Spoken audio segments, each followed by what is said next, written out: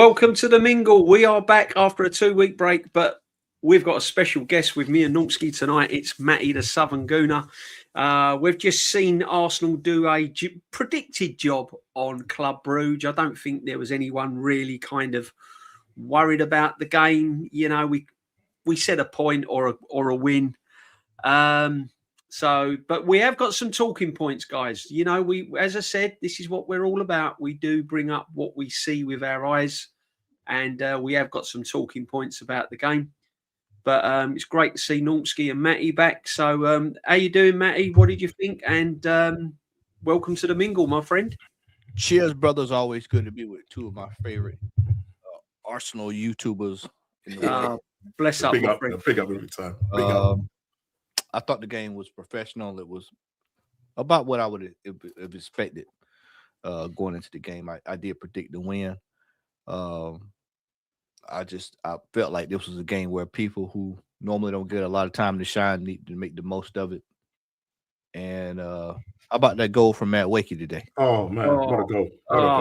What a goal! He won the ball and he drived and he cut inside. Great goal. Great goal. Him, Martinelli looked like that was old Martinelli. That goal there, that was 2019, 2020 Martinelli there. Oh yeah.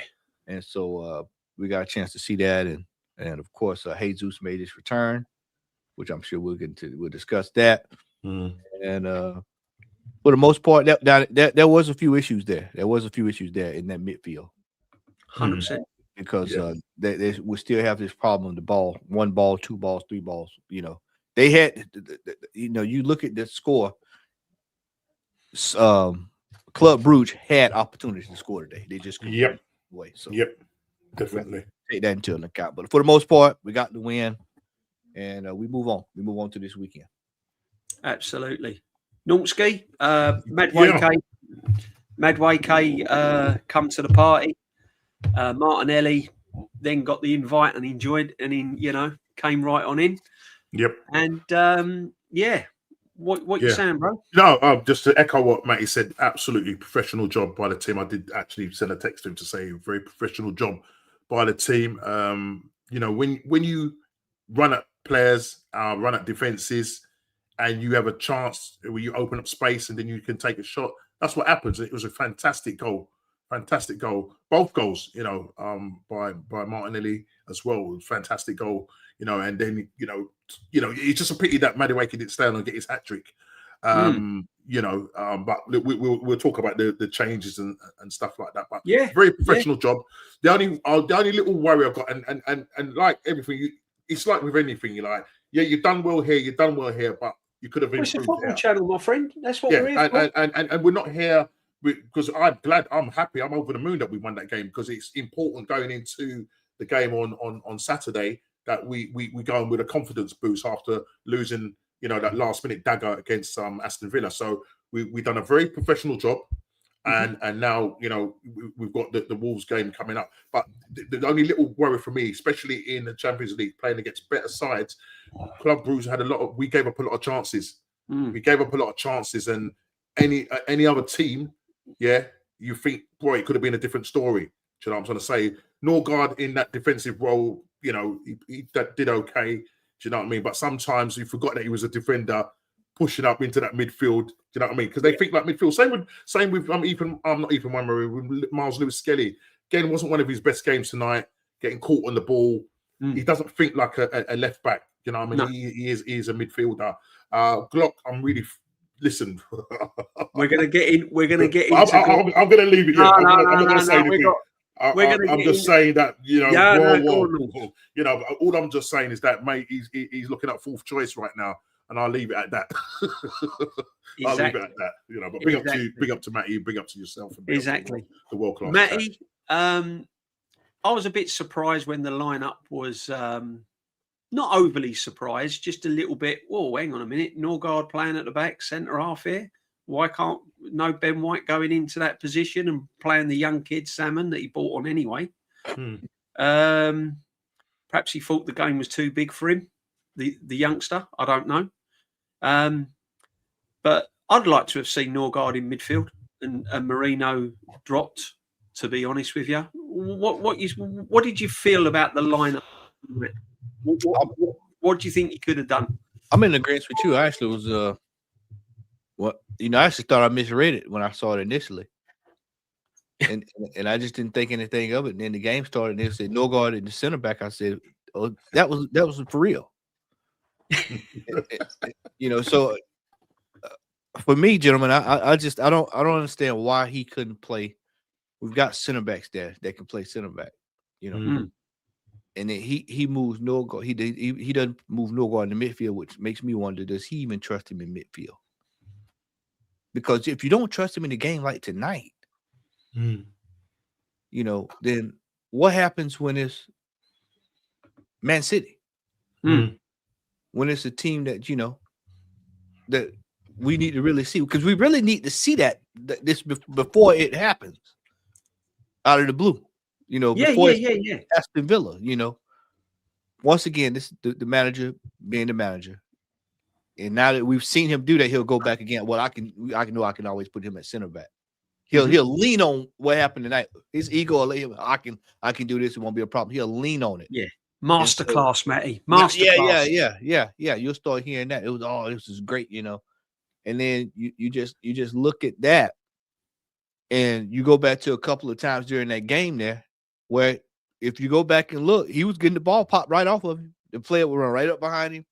Like I said, now the game we won 3-0, but there were opportunities there for Club Brugge to do some damage if they actually had players that could do some serious damage there. If that had been just a remotely better team, like maybe an Inter Milan or somebody, we might have some trouble tonight. If that had been any other team that had just a little bit more quality, we may have had some trouble there tonight.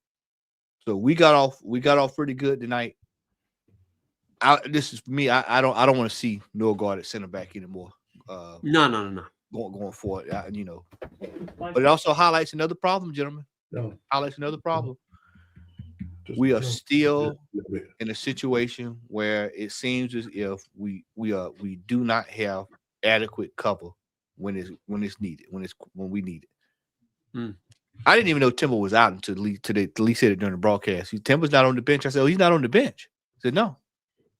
Oh, well, that's another. Well, that's the question. Nobody seems to know what because people was asking.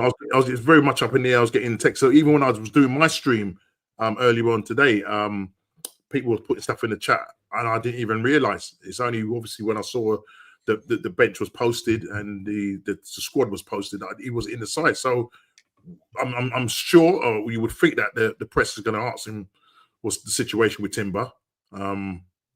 If he's left them at home to rest, then fair play. But I think it's a bit sinister.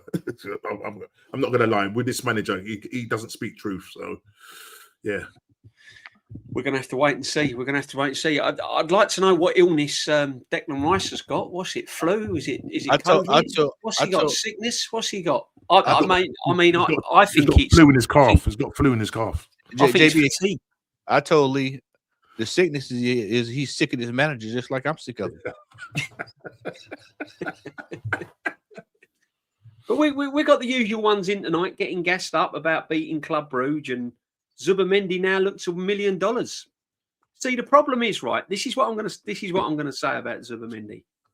I know what Zubamendi can do when he's up against the likes of Club Brugge and he's not being pressed and he's not under pressure and he's got all the time in the world. He's got the whole pitch to roam about in. I know what Zubamendi can do. That's not what I want from Zubamendi. I want Zubamendi when you're going away to Aston Villa, when you're going away to Sunderland, when you're going away to Chelsea, when you're going away to Newcastle, when you're going away to Spurs later on in the season, when you're going to the Etihad. That's what I want to see Zubamendi. That's when I want to see Zubamendi. Not the Zubamendi that you see against Club Brugge and the Burnleys and what we might see against Wolves. Matty, as I said, Zubamendi, again, I say it before, when he's got time on the ball, when he's got space, looks $1 million. Yeah. It's not what we bought him for, though, is it? We bought him for his defensive duties in pressure situations. Once again, we go back to this game. We're looking at these two games, Wolves and tonight. I really didn't put a lot of stock into tonight's match. So him going out there tonight against Club Brugge, really, I'm kind of just like, okay, this is cool. I'm like you. Well, what about Aston Villa? What about Crystal Palace in a couple weeks? What about Liverpool next month? These are you gonna go out there with that kind of performance? Everton, next weekend, yeah. So I mean, it's cool that he was at doing this little thing tonight, but let's see when the heat is on. And this is the problem with this team, was when the heat is off, it's no problem. 1, 2, 3, 4, 5, 6, 7, 8. We'll dominate. But when it's like last weekend and the heat is on, like the heat is on, Glenn Fry, the heat is on. When the heat is on, that's when we find out a lot about about some of these players. So I really, I'm thrilled we won tonight. I'm not putting a whole lot of stock into tonight's win because we were already qualified for the Champions League next phase anyway. So job's done. Job's done in the Champions League. This is not what we're looking at. We're looking at these players under pressure in the league, in the Premier League, and they're going to get put under pressure. We all knew that they was going to bounce back against Brugge and Wolves. That's not the problem. That's not the problem. City won again tonight, didn't they? Yep, I think. Yep. City got the job done tonight at Real Madrid. Big up to everyone in the chat. Nicholas Vivaris, as usual. The Lynch is in. We've got Johnny D back. Johnny D back with his. You're getting some new posters, Arteta posters for Christmas, Johnny D. They're coming your way. Don't you worry about that. They'll be on your way. You can have them everywhere on that. Nicholas Vivaris, thank you, brother. Jonathan's in. Aces as usual. Sahal is in as usual. I mean, look, I'm over the moon with 1-3-0. Of course I am. 2 great goals. Lovely to see Martinelli get a good goal as well, because that is Martinelli of old Normski, isn't it? That's what we used to see under the previous manager. Do you remember when he played down the middle and he was scoring all these goals and he was playing with a smile on his face? I've not seen that under this manager recently, but that's and so far this season he's got a good record in the Champions League. I think it's 5 goals now, if my memory serves me right. So look, the first half, kept losing the ball, couldn't beat his man. But second half, definitely totally different player and fantastic, absolutely fantastic goal. You just like, whoa, where did that come from? Kind of thing. Do you know what I mean? Just hope that he continues. I think the thing with Martinelli is he's probably better off coming off the bench. So he had to prove something. I mean, obviously Trossard is not about obviously having that reoccurrence injury. So it was just about watching him and see how he got on. But first half he wasn't great, you know what I mean, but he definitely picked up in the second half. He was a lot better, taking his man on, beating his man, and that's what you want to see from him. Do you know what I mean? So as I said, all round a very professional game.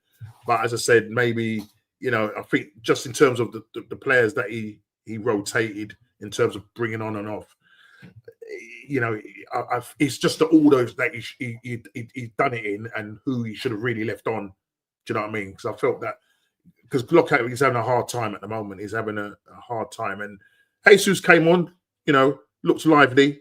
I can only see Jesus, if he continues and he gets his full fitness back and everything, I can just see Glock sort of really falling down the pecking order. I really can. And unfortunately, it looks like, as me and Matty was talking, it looks like they're proper turning the screw on this player. Well, let's get into it. Let's get into the Gyökeres, because I said it way back in end of July, August, when we was linked with him. When the Sesko thing weren't happening, the manager's choice, by the way, and we got Gyökeres, Matty. Everyone was saying, 28 goals, 30 goals, 32 goals, scoring more goals than Thierry Henry. This guy was going to get. He was going to come in the Premiership. He was going to be our number 9 that we've been hoping that he'll be. And once again, under this manager, and this is facts, he seems to be knocking the guy in confidence. And to rub salt in the wounds of a positive night. He takes him off, brings on Jesus when he had options to keep that guy on the field to try and build up his confidence, which we're going to need later on in the season. Tells you everything you need to know about this manager's record of destroying strikers. What we saying, Matty? That what we saw tonight was a hatchet job. That was a hatchet job on the striker tonight. I could not believe. I was so livid. I had to literally get up. I don't know if either one of y'all was watching me and Lee, but I had to literally get up and walk away from the computer. I was so mad about that whole situation. I'd mute my mic. I was cussing down the hallway because it didn't make a bit of sense that you got a striker who is short on confidence, that is trying to get himself together, that when he went out, he was just starting to find a little bit of form. He's coming back in. You gave him 20 minutes the other night, and then tonight he's out there. And, Ola even said it. The wingers ain't even passing him the ball. I told folks this at the beginning of the season. The fix is in here. Because there's no way you telling me you buy a striker and don't pass him the ball. You don't get him the ball. There's no way. 60+ goals last season, all the way down to nothing. I mean, absolutely nothing. This is Salvation Army settings right here with this striker. Donate what you can. I told Ola during the broadcast, he's going to have to start giving folks money to get him to pass the ball. Hey man, I give you $100 to pass me the ball. That's what we got. Yeah, you want 100? Yeah, I'll give you next week. Just come see me out. Just pass me the ball. You might as well go out carol singing. Yeah. Look at what he's getting. He's getting the ball. These weird bounces and stuff, and people are looking for him to do what his body language, Matty. Yeah. His body language. This is a man drained of confidence. JB, he is absolutely the life of it. It's like the life has been sucked out of him. Doesn't even look like the same player from last year. No. And we got people saying, "Oh well, he's so bad here. He's not doing this right. He's not doing this." He's not that player. This is why I said the manager has to come up with something to suit the player. Now, either he's going to do that, or at some point, there's going to be some friction here between him and the striker. It's going to happen.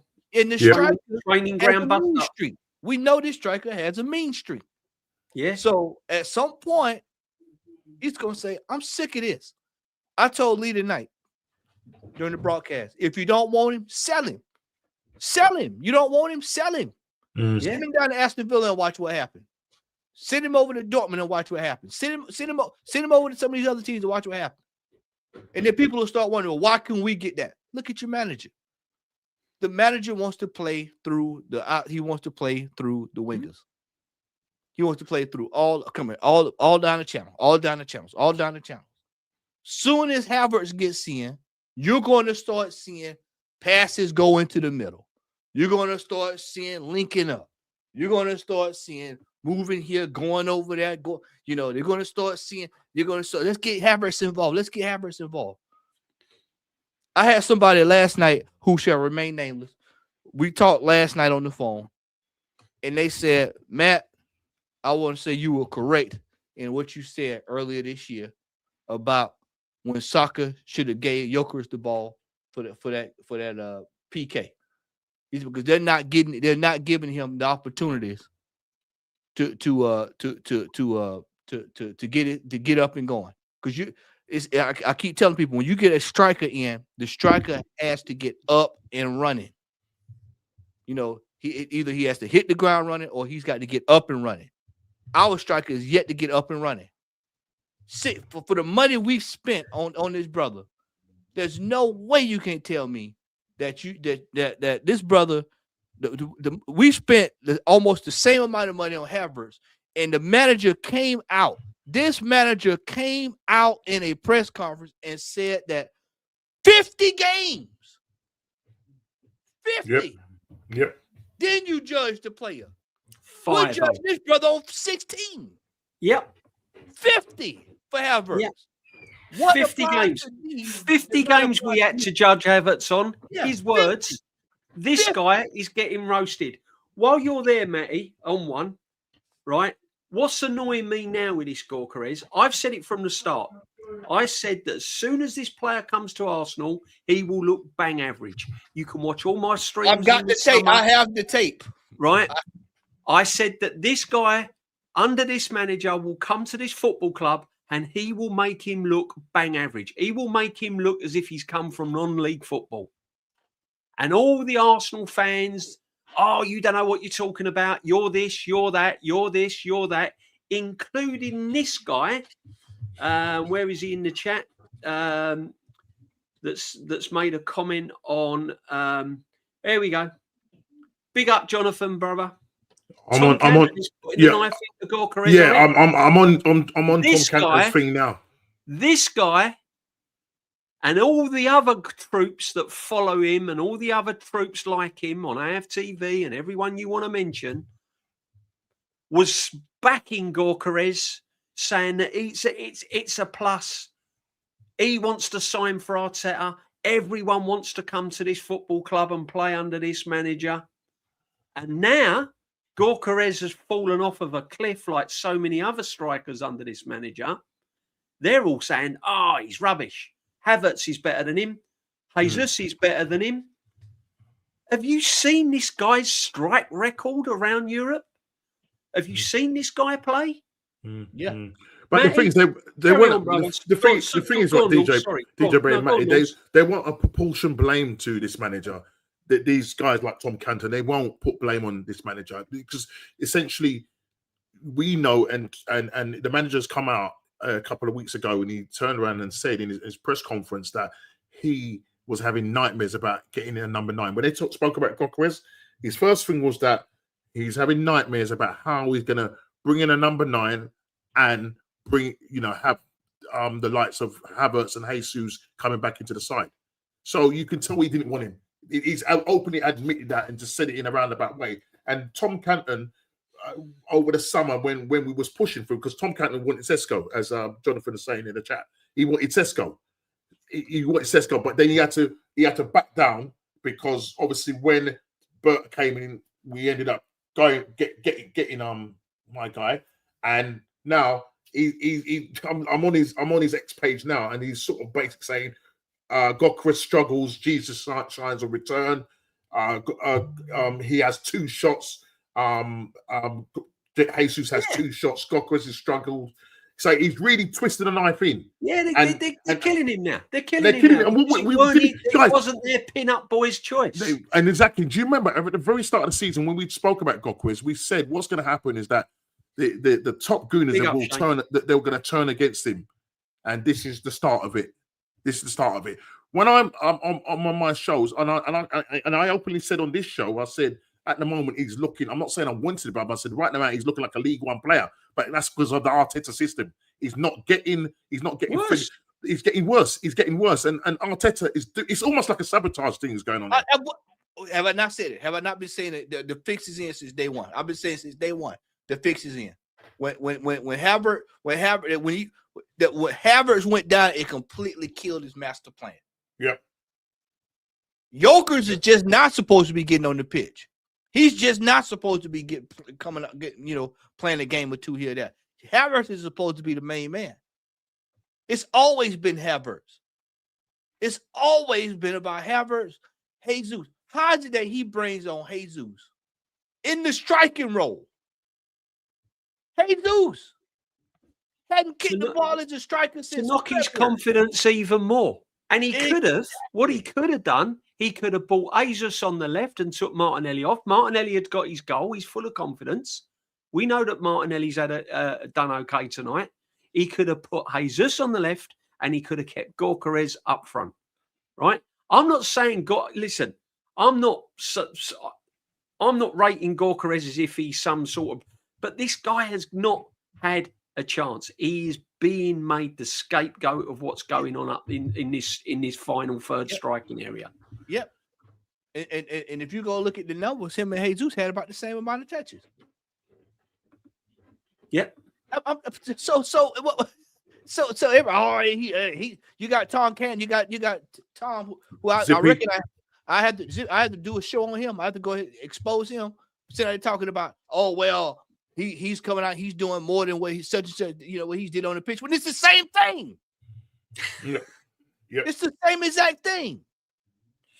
Look, man, just because your boy, people keep going on about, well, he wanted Sesko. Well, where the hell is Sesko then? What is he doing? Where is he? Where is he? What is he doing? Is this the same guy that wanted Eze? Because if he'd have wanted Eze, he'd have got him in June and took him on a tour. The only reason why we got Eze is because Havertz was injured. JB, this is what I'm saying. We'd have got Eze last season. If this is what I'm saying. You've got Jokers in a situation where he came in a week before we went on preseason tour. Yeah. A week before we went on preseason tour. Yeah. The manager did it with that whole situation because he wanted one person. Berta said, I'm bringing somebody else in here. And don't you think for 1 second that Berta ain't watching this? Don't, because Berta had to help get paperwork done for this. You ever work with somebody? You ever work with somebody and you've done all this paperwork, you got everything sorted out, and then they go blow it up. And then you like, well, what did I do all that work for? Oh, you can best believe Mr. Berta's going to be looking at this here. See, this is another feather in the cap of that right there. Because if you don't win something, that's going to come up. Yeah, Eze's in the doghouse. Exactly. Odegaard's back in there. What did he do tonight? What was Odegaard doing tonight? Ah, listen. Same exact thing. Absolutely. Same exact thing, Norman, that we've seen Odegaard do. I said it last night on Pots, or either on the against Bruges, he still didn't even show up. He's in mid-season form. He's in mid-season form. This is old. Look at Marino in midfield. Don't ever want to see him in midfield. Oh, mate, my son rating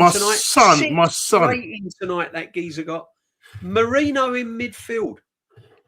This guy, unless he plays up front or he's used as a utility, again, he's probably in front of Gyökeres right now. He is.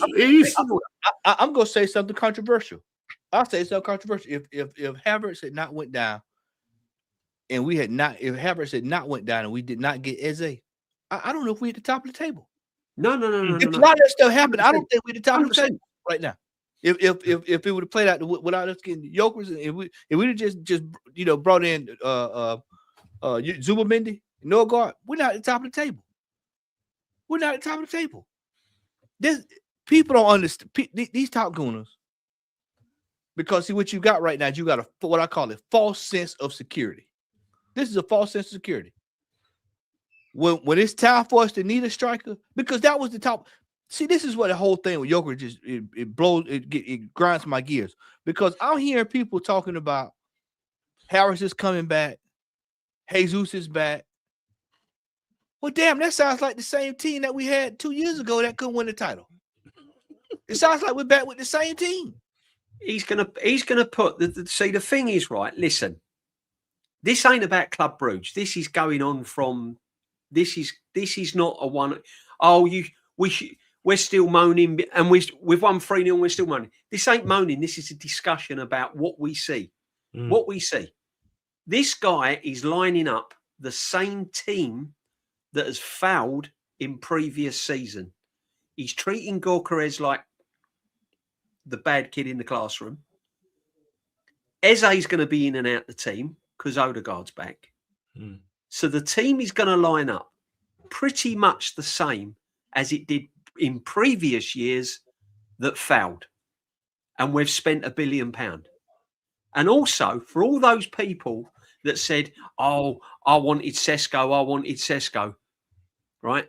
When Gyökeres came to this football club, everyone was gassing him up. Everyone was like, oh, yeah, brilliant. We've got our number 9. We've got our number 9. Not on certain channels we weren't. We was all saying, hang on a minute. We're not going to get the Gyökeres that you've been watching. We're going to get the Gyökeres that Arteta wants. Normski? Yep. This is where we're at now, isn't it? Yep. The most definitely, because it really. I'm sitting and I'm watching him this evening, and I'm like, to the point. My mate rang me. He goes, Norms, I feel sorry for him. I literally feel sorry for this guy because there was a couple of times my son was going. He's like, play the ball to him. He's making a run. Yeah, the pass ain't gone to him. I don't know. You got to ask yourself the question: is my man telling them don't do this? Because my man is doing everything he can. The fix is We know, in, though.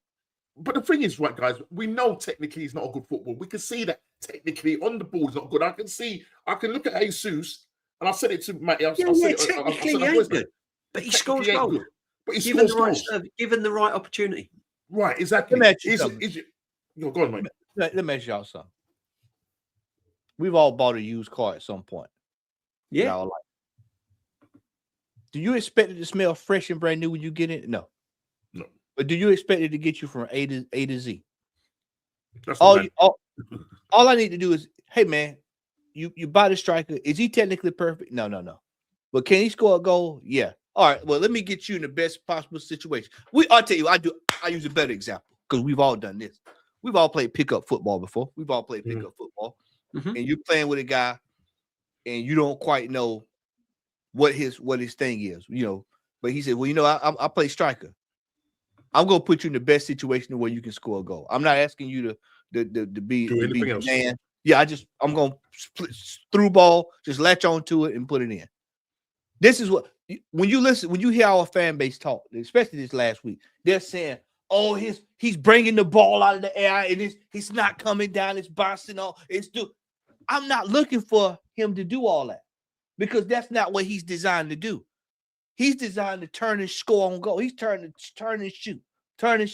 Look, tonight, there was a passage of play. He's all the way back in midfield picking up the ball. He's going out to the wing, picking up the ball. He's overlapping. Matty, my son said this. It was this is what we watch. This is what you got to watch. Go on, Madueke picked up the ball on the right and he laid the ball off to Madueke instead of cutting back in. Yeah, because Madueke, he's got an overlap team. My son said, what are you doing out there? Who told you? Now, that's done by what? Design. The managers told him, hey, we want you to overlap. He's overlapping. The strike, Jokers, overlapping.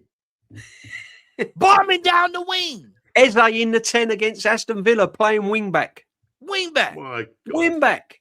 Yeah, then you get folks get mad. Well, he didn't go back. Man scores a hat-trick against Spurs and then he goes and plays wing back. And scored another goal that same week in the Champions League. 4 goals in 1 week. Yeah. Now all of a sudden he's a wing back. This manager is over here in Verdon. Yeah.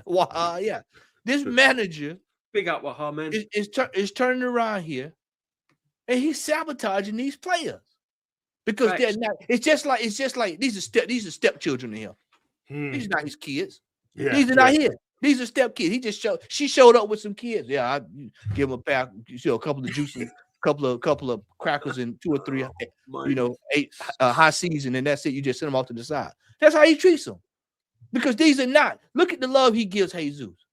Look at the love he gives Havertz. He was trying his damnedest to do it with Zinchenko in there, but it just couldn't work. Yeah. And then you bring in somebody like this. You bring in Eze, who we know is quality. You bring in Jokers, who we know is quality. And now I said at the beginning of the season, these are no spring chickens. These dudes have been playing ball for 4, 5, 6 years. They're what, 27 going on for 28? 27 to 26. 27 to 26 years, 28. They're in their prime. Yeah, these are professionals. So there's no way you're telling me that they can't come in and do a job. This manager is leaning on, he is hell-bent on proving everybody wrong that the team that he's had these entire 4 or 5 years that he's assembled can get the job done. He's going to make everybody eat this year, and it's going to be at the detriment of him.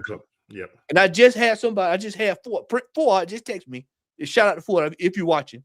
Ford just text me, and he said that I'm done with it. The manager's going to fall on his sword. Because he even saw it tonight. He said that was ridiculous. Ford said this now. That's what Ford. That's Ford. He saw it tonight. He said it's a sabotage. Anybody that's watching this without rose-tinted glasses on can see something's not right here. What he's done, Matty, what Arteta's done, he's poked out his chest and said, I'll show you. Off you come, Gorkarez. I'll show everyone. Yep. Don't you get too excited about the 3-0 against Bruges tonight, people, and what we're going to do against Wolves. Let's look at the long term. Let's look at the games that we've got coming up and the knockout games and the quarterfinal against Palace. I'll show you. I said Havertz will be fit and ready to go. Portsmouth away. Portsmouth away. Let's get these super chats, guys. Big up to everyone that's locked in. Big up T. Gunnar. The manager will be gone soon. He will if he doesn't win the Champions League or the Premiership. He should be gone. He should be gone. Big up the Suge as always, my friend. Fantastic, absolute legend. Big up DJB, Normski and Matty in the chat. Hit the likes and subscribe, of course, and make sure you sub to the guests as well. What exactly does Eze need to do to get a game time, or why bring on Saka or Calafiori? There's the next one, Norms. Big up, Suge. I have no idea. That was just baffling. Why? Why? Saka, I couldn't believe that. But I'm thinking, what's he doing? We're 3-0 up. What's he doing? This is Port Vale. This is Port Vale all over again. Yeah, I just literally when I saw Saka standing there, I just rolled my eye. That was another one. I got up and walked away from the computer again. I just got up and walked away because I looked. What is he coming on? Why? There was no reason with the way Matt Wakey was playing tonight for Saka to even. He shouldn't even suited up. Exactly. He shouldn't have suited up. He didn't need to even travel. That's the honest opinion. He another one. I said I wouldn't even have played him this weekend. The same team out there. Facts, Binks. I would have. My son said play the same team. It's like you're in my house, mate, because my son said play this same team this weekend. Yeah. He said play this team this weekend. If this team can't beat Wolves this weekend, then we'll all be on damn pots next Tuesday talking about what the problems we got. I couldn't care less. I'll tell you to send me the link whether I'm invited or not, mate. I'll be linking up with Lee and Shane and everyone on an emergency meeting if we don't beat Wolves. It'll be wall to wall. It'll be Christmas. It'll be Christmas Day will come next week if we don't beat Wolves. Yeah, definitely. Santa surely would have given out the presents. Definitely. Oh man, listen. At the end of the day, right? Lynch made a point, right?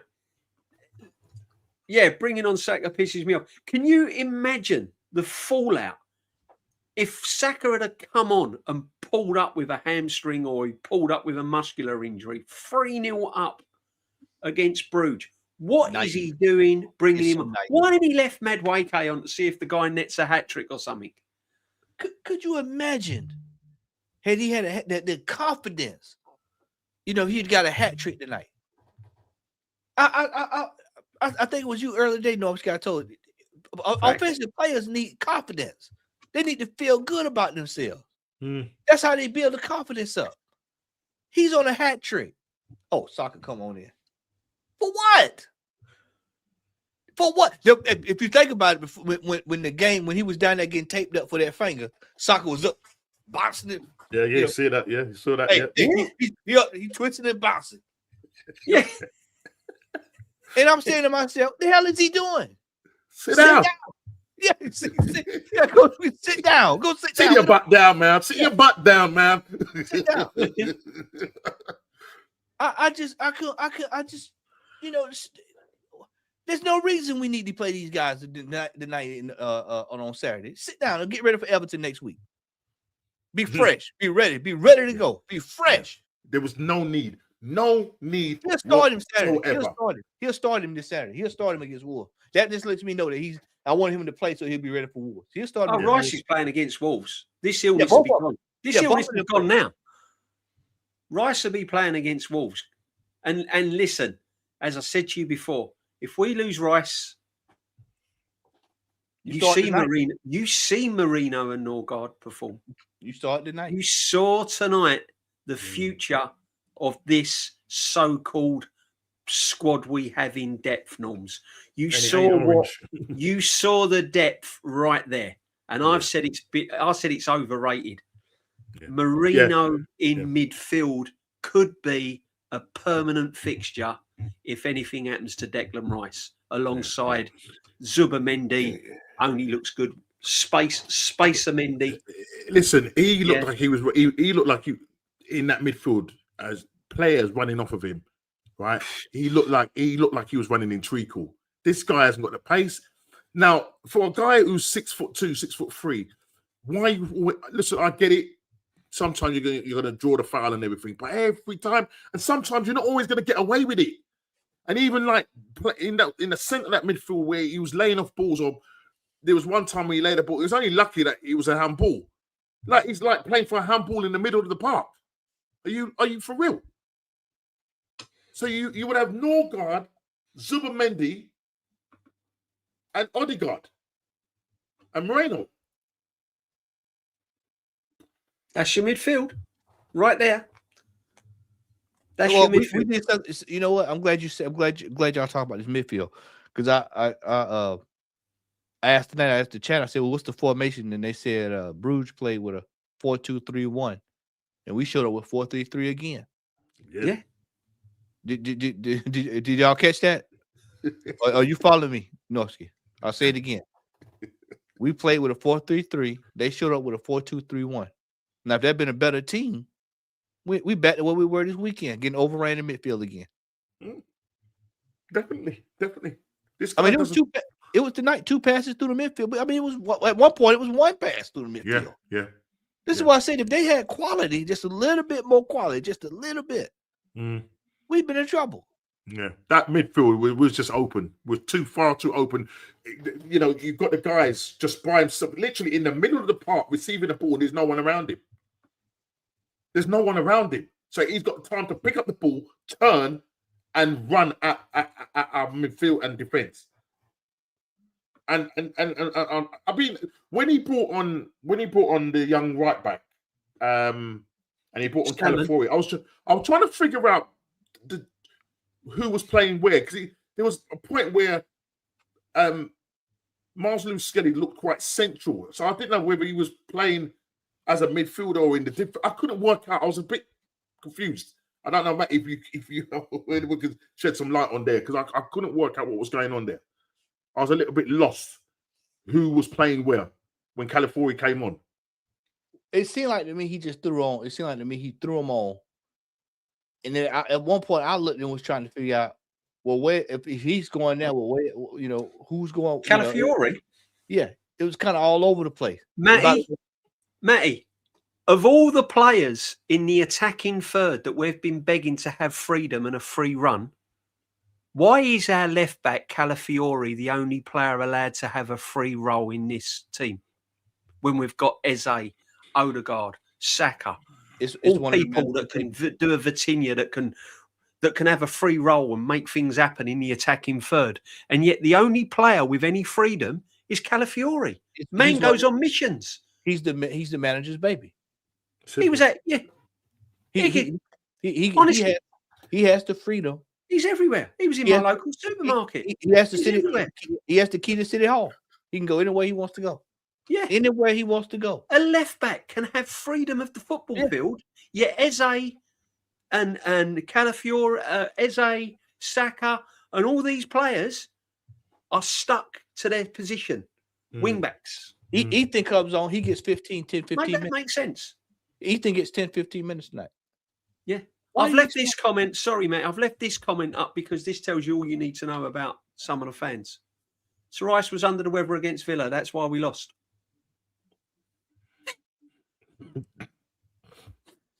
That has to be left up because Johnny is left in the dark. You're more or less speechless, aren't you, with some of this? Honestly, Johnny is stuck in the dark. Did he watch the game? What part of that game was Big we up, dominant? Johnny, anyway, but come on, guys, could somebody ask me in that game, that Aston Villa game, what part of that game was we dominant? Yeah, that's the narrative too. That's the narrative too. I've heard people this weekend, well, in the last couple of hours, the last 24 hours, talking about we was on the attack. On the attack when we looked like Keystone Cops in the last minute of the game. And today, if you notice, right, there was a little element of when when we were getting beat one ball, and we had about 5 or 6 of our players in that area, and they were just putting their foot and doing their okey cokey, shake it all about, and not putting in the tackle. Come on, man. Facts. This is what people fail to see, right? This is not about the Bruges game. This is not about the Wolves game. This is about the concerns I have and we have going forward. How on earth Calafiori comes on. No one knows where he's playing because he gets told he can do what he likes. He's the only player that can do what he likes. Yeah. And he's a left back. He's a left back. Crazy. When this manager does get the sack, so many tell-alls are going to come to light. We'll probably learn a lot. Players were bribed to sign for Arsenal to play under Mikel, hence the overpaid wages. Facts, Doctor. Listen, a lot of players will come out of woodwork once the inevitable happens. Man City flying again.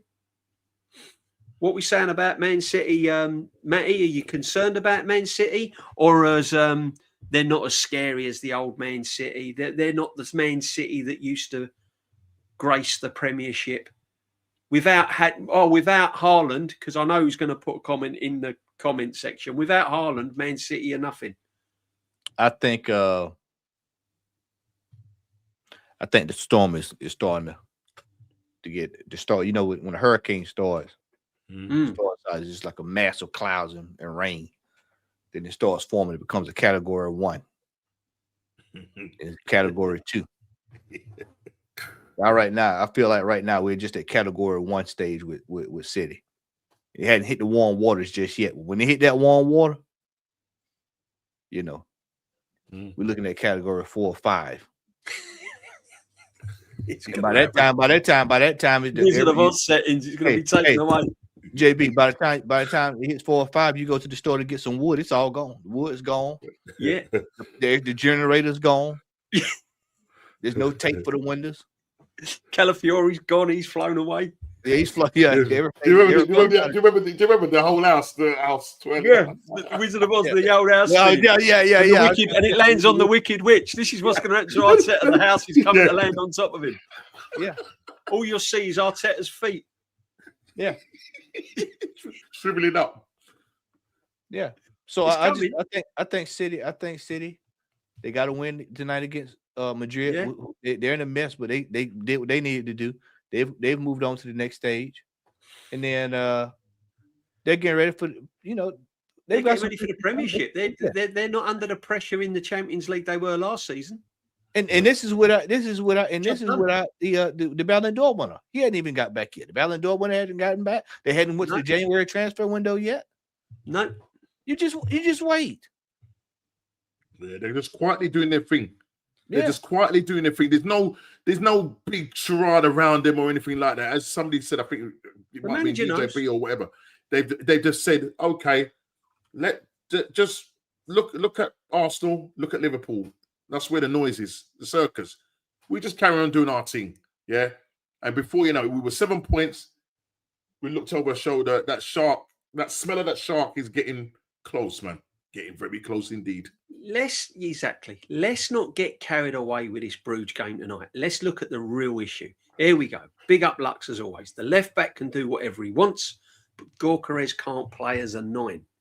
Gyökeres was fuming when he was through and when made what you said, Normski. Turned around and went backwards, destroying him. Yeah, facts. Kepa should have played today. I was surprised that Kepa didn't play, to be honest with you. That's a good point. No one's mentioned that. Is there a reason why he didn't play Kepa? Experience? Or was you happy to see Raya in there? Would you like to have seen Kepa in there, Matty? Well, quite frankly, I don't understand why we just didn't rotate to give a whole bunch of the players rest tonight. Yeah. This is another one of those games, like you said, Port Vale. We go out to Port Vale. You can go back to Port Vale. It tells a lot about this team and this manager because he's bringing on players that shouldn't have been playing. You got players that need to play. That should have been playing. And then what happens is he's gonna go to the Palace and he'll be cold. Palace is that's in a couple of weeks. Yeah. And he's gonna be putting these players in that game cold. Cold. Exactly. Now, either one or two things is going to happen. He's going to go strong, and then now you've exacerbated, injuries that we've already got because you're playing players now, or you're going to throw players into that match cold. Yeah. And this brother here says, "Well, y'all have got so much praise for City this season, and I don't know if you bring that one back up. He said you've got so much. Yeah, praise. so much. What's he saying? So much Next praise for your own team. I haven't got a season ticket for City, unfortunately. No, I haven't got one. Well, I'm just going to tell you like this. City, we've seen this with City before, where they're hanging around. And see, this is the problem. The people don't understand the lead has shrunk to 2 games. People are like with 20 games in front of City. This is shrunk. 7 points in 5? I forgot. It's 7 points in 5. 7 points in 5 games. Yeah. See, we're not bigging up City. We're just pointing out the facts. We were potentially 9 points, 7 points clear of Man City, and they was washed. And we had the opportunity to go even further away from City and get the job done by Christmas, more or less. We was told that we were inconsistent, DJB. They were told. Go on, mate. No, I was going to say we was told they were inconsistent. That this City side are not going to go and win the league because they're inconsistent. They haven't got a good defense, so they concede. Yeah, but what you do know about them, that these guys can score goals, and they've scored the same amount of goals as us. Okay, so as far as I'm concerned, if we don't get it right up here, and going into games, when you look at the Sunderland game, these are key games. You're 2-1 up, and you're in the 88th minute. You bring on the defender. You go and kill that game. You're in the ascendancy. Kill the game. Yep. Chelsea away. 10 man, we played with 70 minutes. 70 minutes. And you're telling me you couldn't put away. It was hard to play against 10 men. Get out of here. What are you talking about? You remember Arsenal when we used to play with 10 men? What we used to do? Yeah. Under Wenger. Oh, yeah. Crap. But here's a good point. He says, Rob Future built a team I love more than the crap 4 points that we had 6 years ago. Well, that crap that we had all them years ago got us to a European final, albeit lost, something that this manager's failed to do. And won a trophy. Yeah, and won a trophy, right? Also, this manager, the only trophy he's won it with the crap manager you're talking about, with his team, because Saka was on the bench. So without that, he wouldn't even have that trophy under the team that this crap manager built. This current manager also had us bottom of the league when Spurs was top. He also finished 8th and 5th, and he's also failed to get to any final since. But there you go. But we can't pull it out. Crazy stuff, man. The home game in City, we needed to win. Yeah, I agree with that. I agree with that. That is a definite. We should have won that game against City. We should have been a little bit more positive, a lot more positive. But I mean, listen, who was impressive tonight? I mean, obviously Zubamendi had a good game tonight. Who would have thought? He had the freedom of Bruges. I mean, it ain't hard, is it? A player with half a brain can have a good night, can't they, if they've got the freedom of Bruges? These are not the games we want him playing. Well, we want him turning up for every single game. We don't want him going missing. What do you reckon the sort of lineup's going to be then for Wolves on Saturday, Matty? A lot of people are saying he'd like to see a similar team play that started tonight. I'm fine with the same team that we saw tonight. I'm perfectly fine with it. We're good enough rest to beat everybody. Rest these players. Because we're going into the holiday fixtures. People gonna be whining and moaning and groaning. Oh, this person's down, this niggling injury, this and that. You'll see. Play the same team that we played tonight. If we cannot beat Wolves with that team we played with tonight, let me tell you, shut it down, lock it off, go find a new hobby, start watching The Wire, something. Because there's no way that this team tonight cannot beat Wolves. That was the discussion last night on Potts. Oh, well, we got to have Declan Rice. We don't have to have – there's no way you telling me that the team tonight can't beat Wolves. There's no way. Well, Matty, essentially what it says to me is that they don't trust. If they're saying we need Rice and certain players that are first teamers, and we cannot trust this same said squad tonight, this same 11, to go and beat Wolves at home. We're at home for a start. Wolves have only got 2 points from 15 games. 2 points. 2 points. Let's just sit there and think about that. Right. So when they're saying, oh, Rice can't be rested and blah, they don't care. They're just like Arteta, they don't care. Because for them, it's like the fear that it's either they don't trust the bench. Well, in the summer, we was told that we've got the best squad in Europe. So if we've got the best squad in Europe, what's the problem? Utilize these players. Trust the process. Trust the process. Trust the bench. You know what? I'm gonna throw this out there too while it's fresh on my mind. You're gonna hear a lot of people come out. They're gonna say, "Well, Jesus, he looked like he was in decent shape. He was in fit, ready to go." You know why? He's starting against Wolves. I'm telling you. Well, you know why? You know why? Nobody bring this up, but you heard it here first. He's been practicing with U21. Why is the striker hadn't been down there with the U21 scoring goals, 8-9 goals down there to get his, get up and run? Yeah. Jesus is that. See, I told y'all this manager. He has his babies. He has his picks and fix. Yeah, because he didn't do. Yeah, because when Glock was out, I didn't see him getting behind any closed doors things. I didn't hear about that. Yeah. Where was Gorkarez's opportunity in the reserves when he was coming back to fitness? Where was his opportunity? Like Jesus has had behind closed door games and all of that. This is what I'm saying. He's hanging out to dry, guys. He's hanging out this brother to dry. That's what. Big up the Suge again. Haaland 15 goals, City 35 goals scored. Next point. Yep, exactly, Suge. People don't realise. But they're finished without Haaland. Has anyone seen Foden then? I mean, that's just from a football point of view. But apparently, I'm a City fan. But there you go. Gen Z fans have ruined this club. It's been half the problem for many, many years. Been half the problem for many, many years. I can see Jesus starting against Wolves. I can see him starting and him perhaps bringing on Gorkarez or something. Wouldn't surprise me if Gorkarez gets benched against Wolves. Could be wrong, but wouldn't surprise me. I think Martinelli will start on the left. Madueke. I don't know. I think he's going to bring Saka. Something tells me he's going to bring Saka and Rice straight back in. They've had their rest. If they do that, by the way, Rice has not been ill. He's fatigue. I'm telling you now, it's fatigue.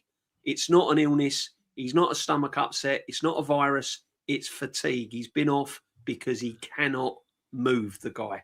So he's had his rest now. He'll be back full training and he'll be straight back into the mix against Wolves. But JB, the interesting thing about Rice coming back.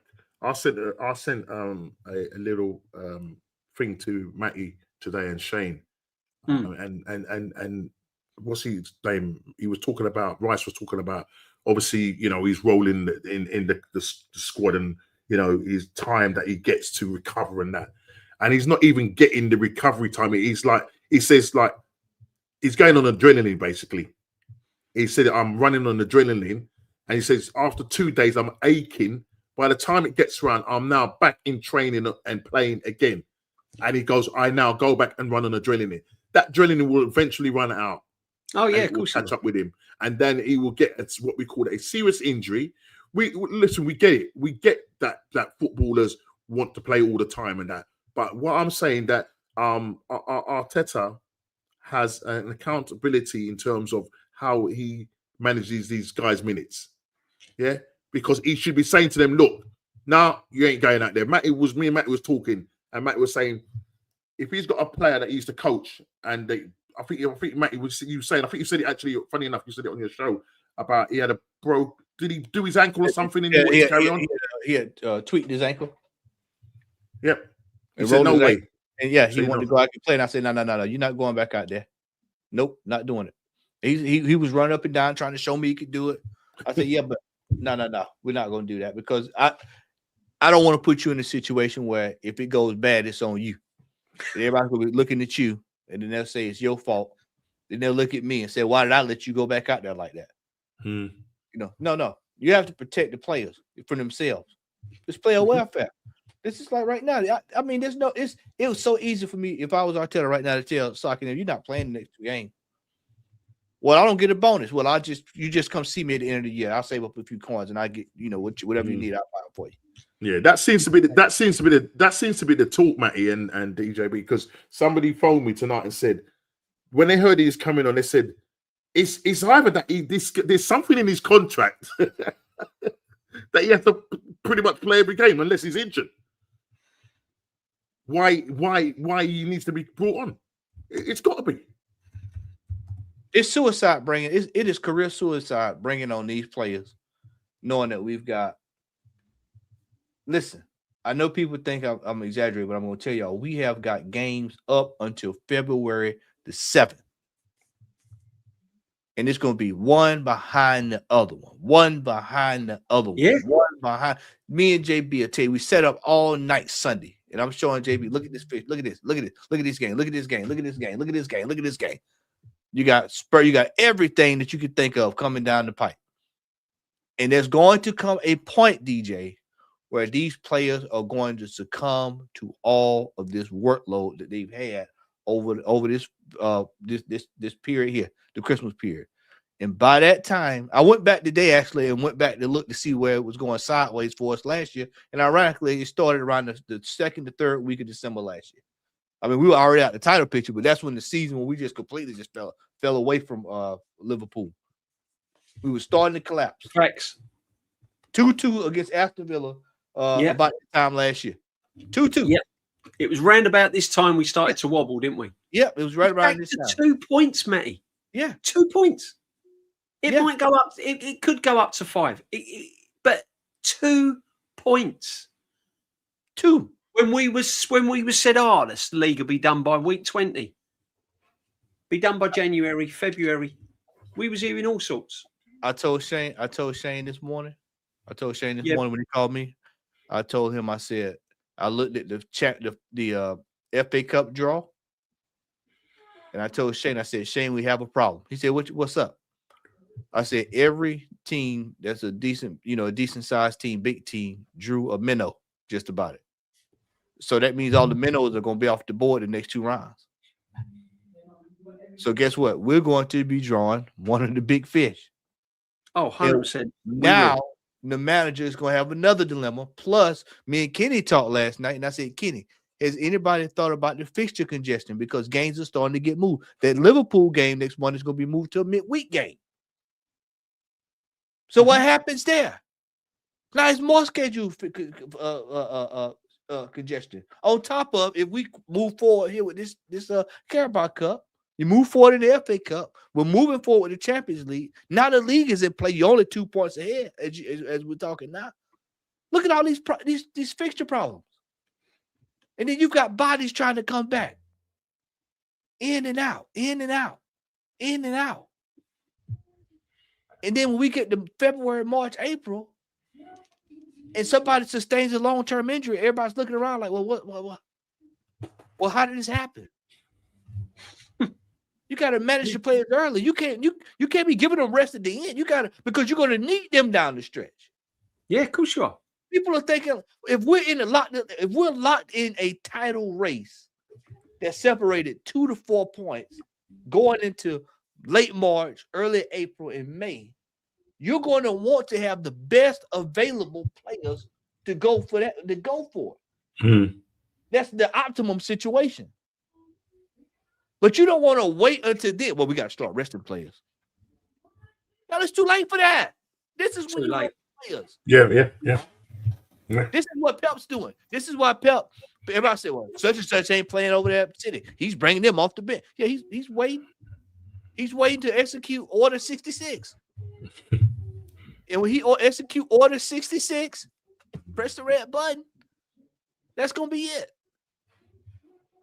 Every year, gentlemen, that I've watched the Premier League, every single year, as long as I've been living watching the Premier League, there's always a team that shows up out of nowhere the second half of the season. They go on this wild run. It's 8, 9 games, 10 games. You're like, bro, where did this come from?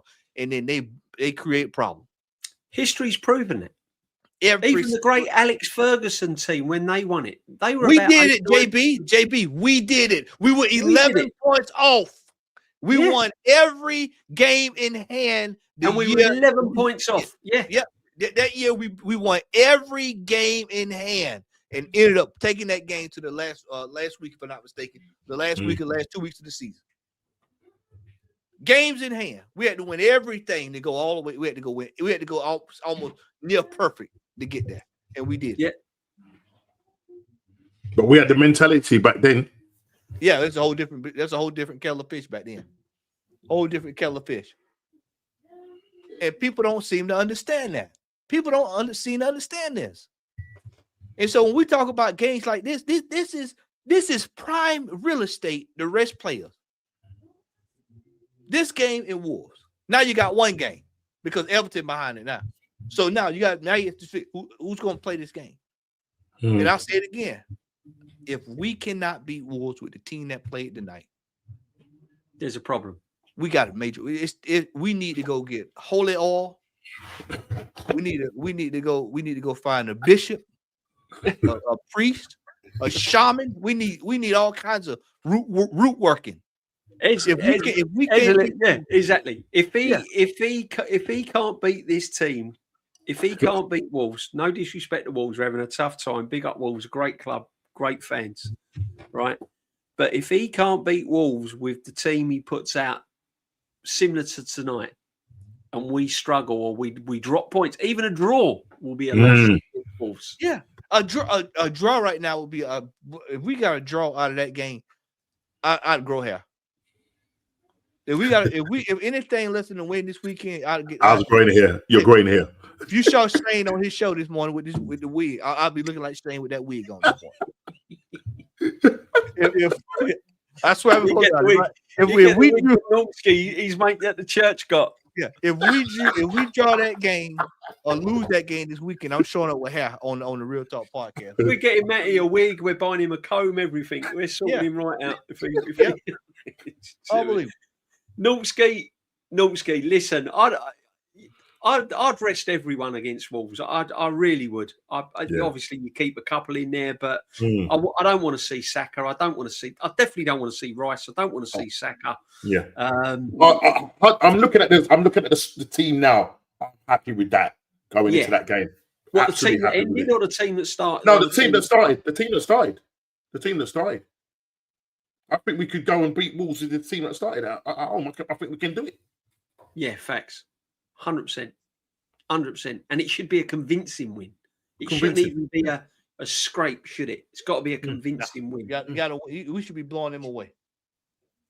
Do you know what, though? I mean, listen, we've done a professional job in the Champions League. Let's say it. And I said it at the start of the season. I think this team is more built for the Champions League than it is the Premiership. We've got the job done. It's been a professional performance in the Champions League. You know, top of the league. You can't ask for more than that. 18 points. We go into. I mean, we haven't even got to turn up against Inter and carry out, really, have we? I mean, is it vital we finish top? You know, I just wanted to get out of that. Yeah, I think you see. This is the thing, DJ. But I think this is for the top fans and for Arteta. I think that's naturally. I mean, we've conceded one goal. You know, up until this point, and so it's going to be some sort of record that he's want to go for. There must be some record that he's now going to go and try and break.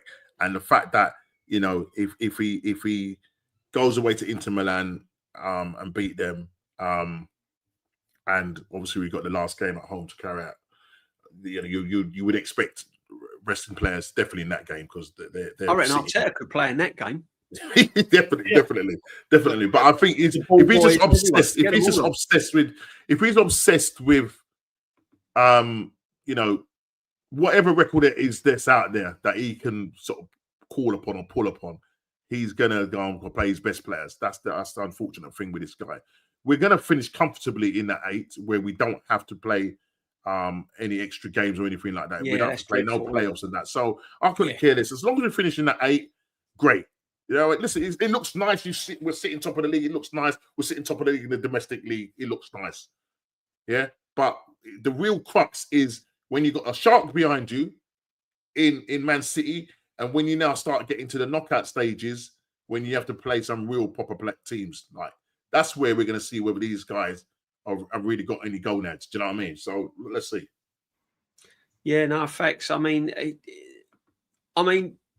Matty, going forward in the Champions League, if you was to look at the team and look what you've seen so far, if you was to put your money on the two that possibly we could win, we all know that what this manager's like under pressure.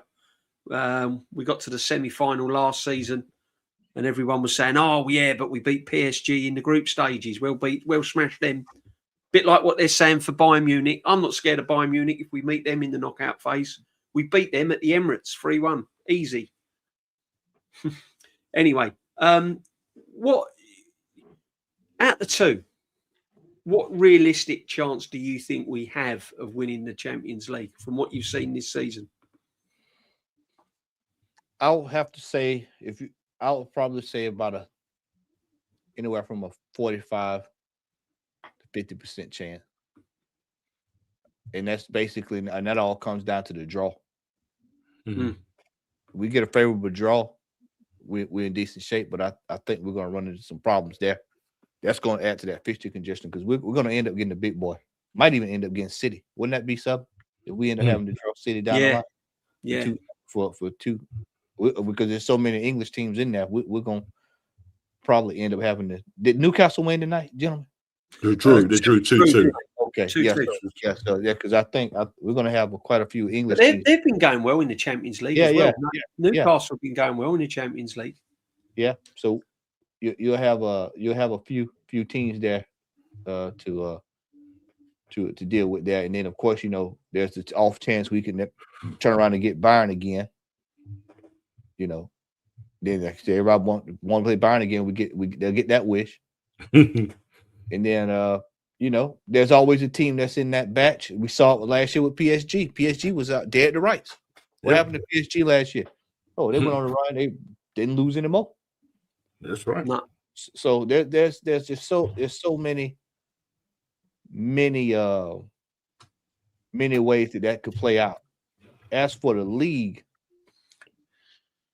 if we do not maintain this lead, I just make it really easy for everybody. If we don't have the lead going into April, shut it down. Shut it down.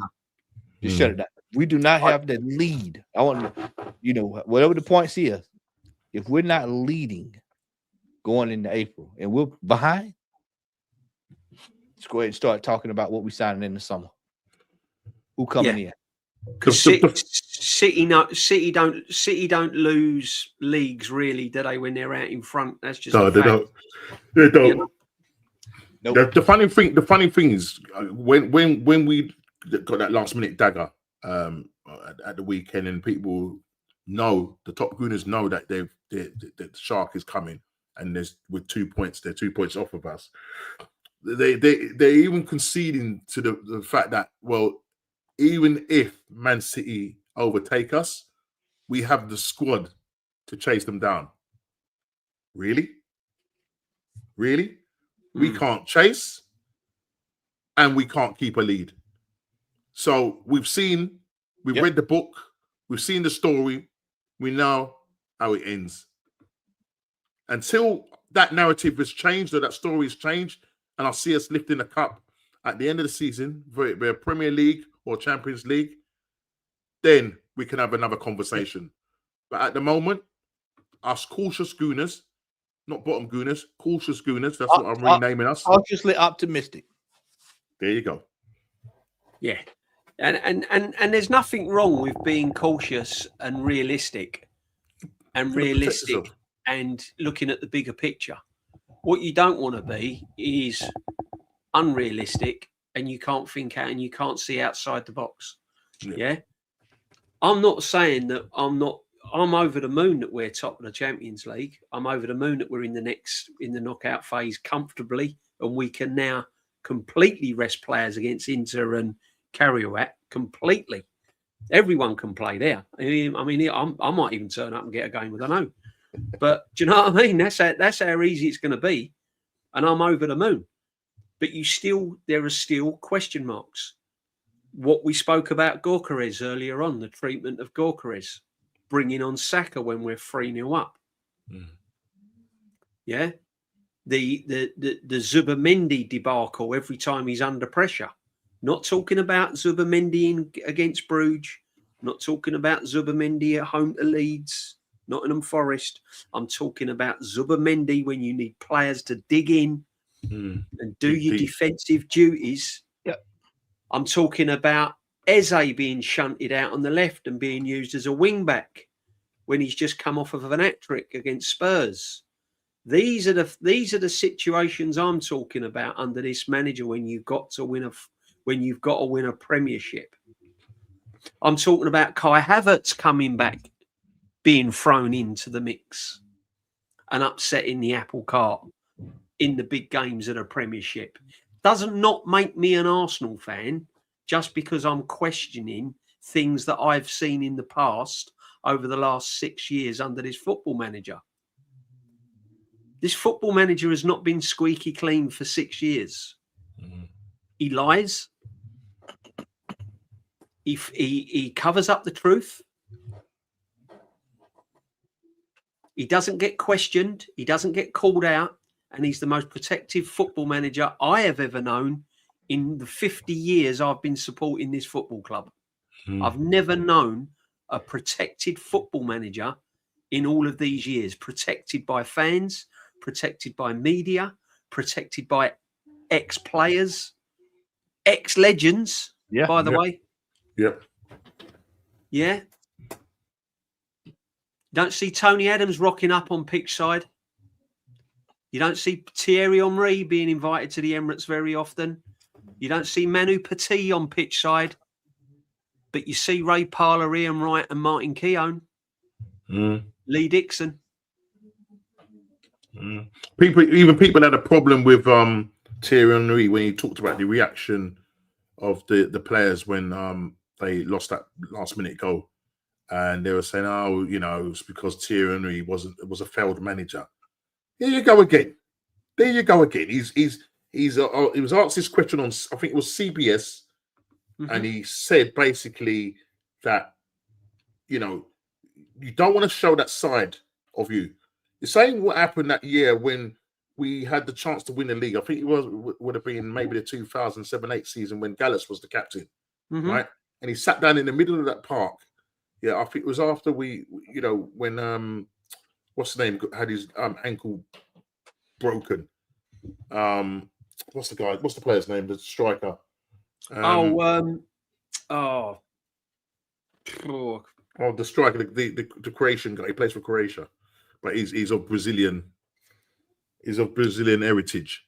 Edu. Not Edu. Eduardo. Sorry, Eduardo. Yeah. And what happened after that game when you saw our captain Gallas sitting in the middle of the park crying his eyeballs out, and players having to pick him up and carry him off, and then we went on and drew games and lost games, and we fumbled the title that season. So you see these players that the way they went down and banging the floor and doing all of that. Come on, look at this. Yeah, look at this. So when Arteta can sit in that seat there with the background this fella's got, and you got Martin Keown giving Martin Odegaard man of the match against Aston Villa. Just look at this man, yeah? Look at that. Look at that. Look at this. There's the golden boots. World Cup. Oh my gosh. FA. Look, this is what he won at Arsenal. Right there. You don't see this man very often on pitch side at the Emirates, do you? Because he says it as it is. And all these people in the chat that have been accusing us as City fans and everything else, what are you accusing him of? Because he calls out this manager. He says it as it is, along with Petit. This man brings this manager to the forefront when he's not producing. This man brings question marks up when the team's not performing. Yeah. This man here. Look at it. Oh, but he's not an Arsenal fan. He's a City fan because he's buttering up Man City. He's not an Arsenal fan.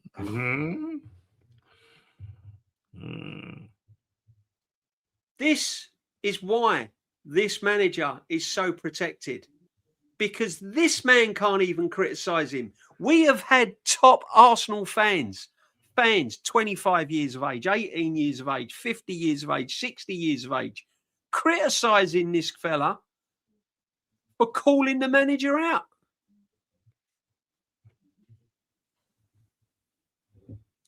Henry, he does back the manager.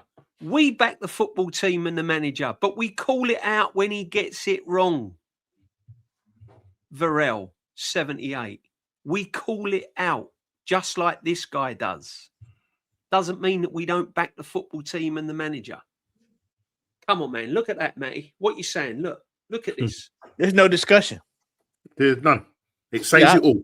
Yeah, there's no discussion, man. I don't even associate them two in the same sentence. Arteta and TT. Nah, not, not even. What can we say? You know what I mean? This is what I'm saying. And then you got Keown saying about, what was the what were the fireworks? And he was rattling on again tonight. He was rattling on again. JB, where were the fireworks when we went to PSG? Where was the banners? Where was the ticker tape parade? Yeah. What was all that at? Has he been back to Rangers to pick up any memorabilia, anything? Did they offer anything over there at Rangers? Whatever kind of token they want to give him, a shoe or whatever. Did they give him anything over there? Nope. No.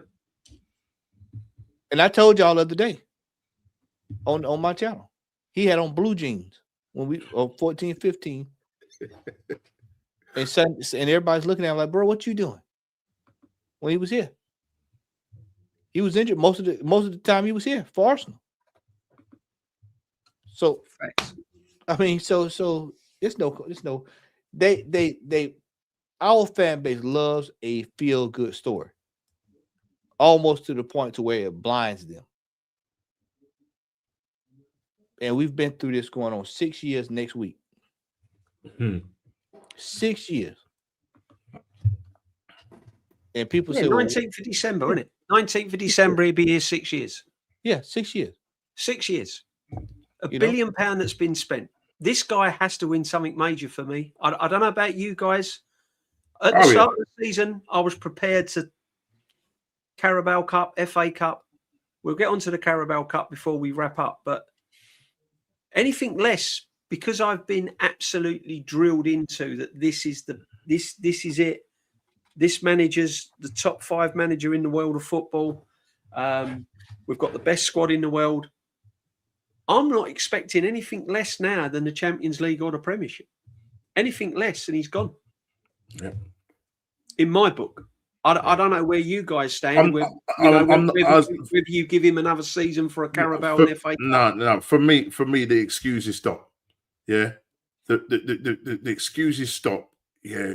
Because he spent the money and the expectation is, you hear the top gooners already say it. Yeah.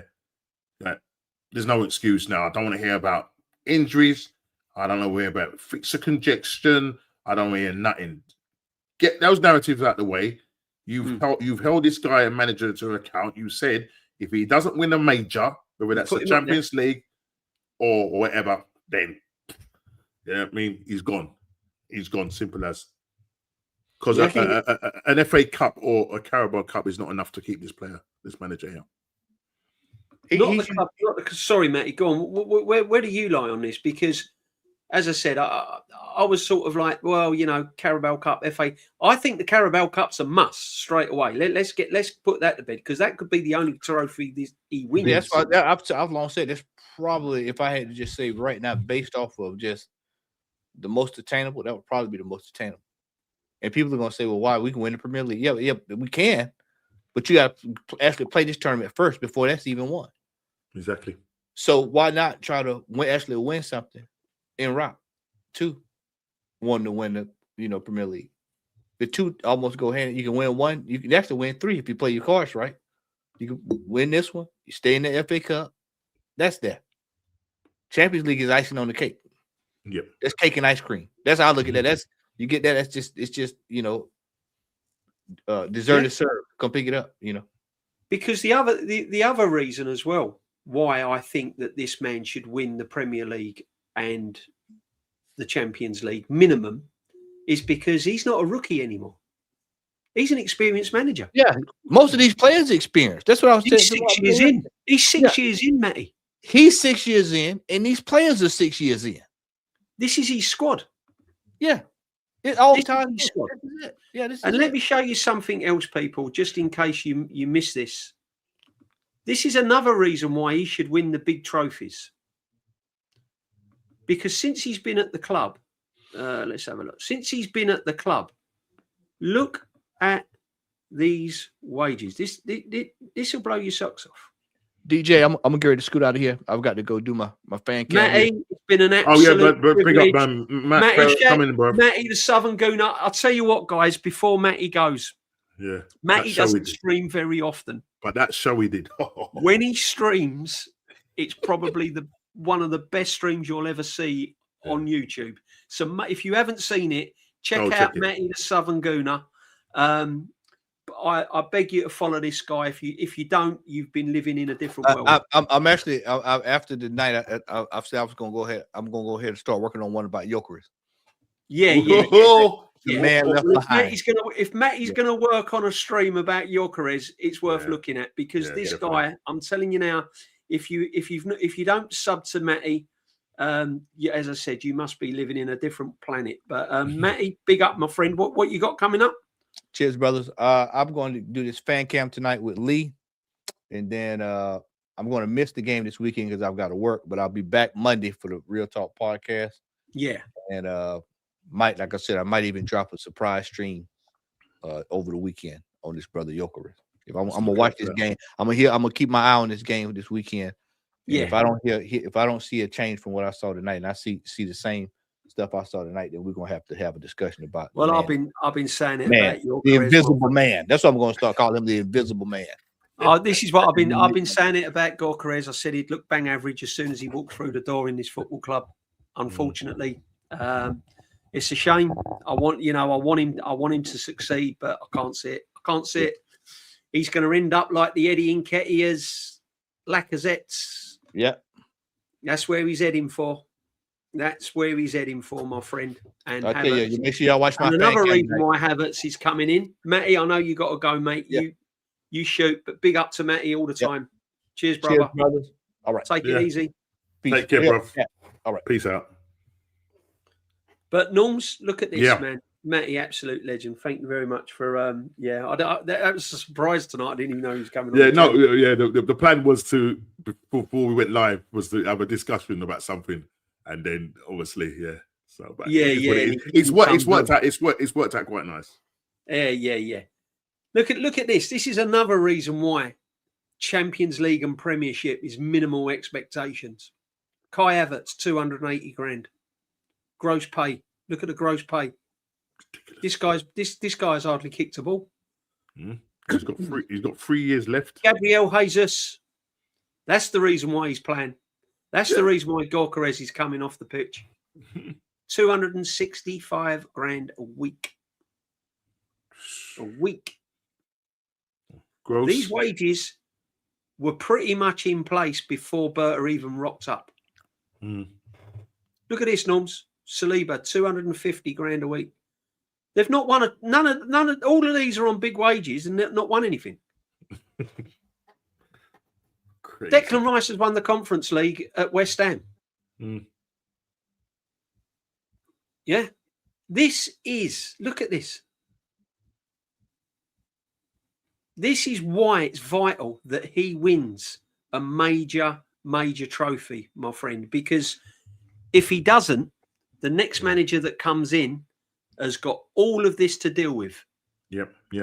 And it's about justifying his wages. I mean, it's ridiculous to think of and really it's the wages because I mean, look, okay, we want to spend 65 plus million on Kai Havertz, which I don't think he was worth it.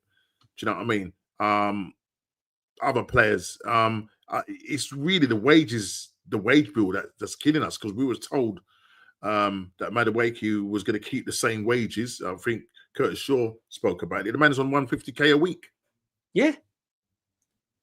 And the point is net spend. We're top of the league. Our net spend is even worse. We can't sell anyone. We can't even give them. We give them away for free. Crazy. So all of this. Sorry, Matt, DJB, can I just address Arsenal 1994? Ireland is on 700k a week. Why are you not talking about his wages? Because he's delivering, and Man City have won 4 Premier Leagues in a row. Simple things. Facts. Listen, there's a reason why Haaland's on that sort of money. What else do we need to talk about? Deliver me something, and I won't be talking about the wages. Simple. But you have to look at the reasons why when people say to me, "Oh, you're being a bit harsh," and Premiership or Champions League, you want him gone if he wins the Carabao? Yeah, of course I do. My standards are high. Have you seen what's going to happen to the Real Madrid's manager tonight? An invincible by Leverkusen. Yeah. Turns up at Real Madrid. They lose a couple of games. He's gone. Simple. That's how high their things are. Yeah. He's out the door. That's Real Madrid standards. Yeah. They ain't got time.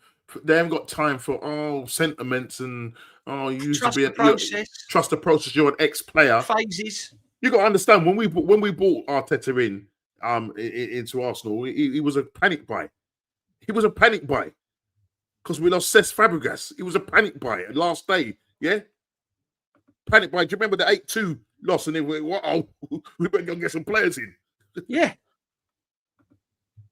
exactly. I mean, come on, man. What are we doing here? I mean, listen. Why can't we have the same? Why is it wrong to have the same standards at Arsenal? I've been supporting them for, what I mean? You have, Norms. You've been supporting them. I've been supporting them. We both have for years. Yeah. We just want the same standards. Why do we have to be different? Yeah. Why do we have to persevere and just stomach it because they're in love with Arteta? I'm not in love with Arteta. I'm in love with Arsenal Football Club.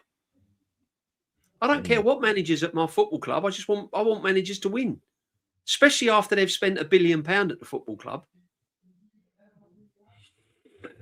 Oh, right. Well, and although some of his signings have been good, there's been a lot of poor ones. There's been a lot of money wasted.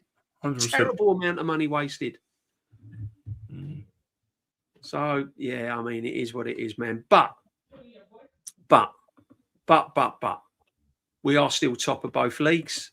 We are going into the Wolves game with a little bit more confidence. If we hadn't have got something out of tonight's game, we'd have been a bit more against Aston Villa, we'd have been going into Wolves a little bit flat. But it would have been a thing where it starts to spiral because one game you lose, then you get that spiral effect. You don't want that. It starts to creep in, doesn't it? It starts to creep in. You don't want that.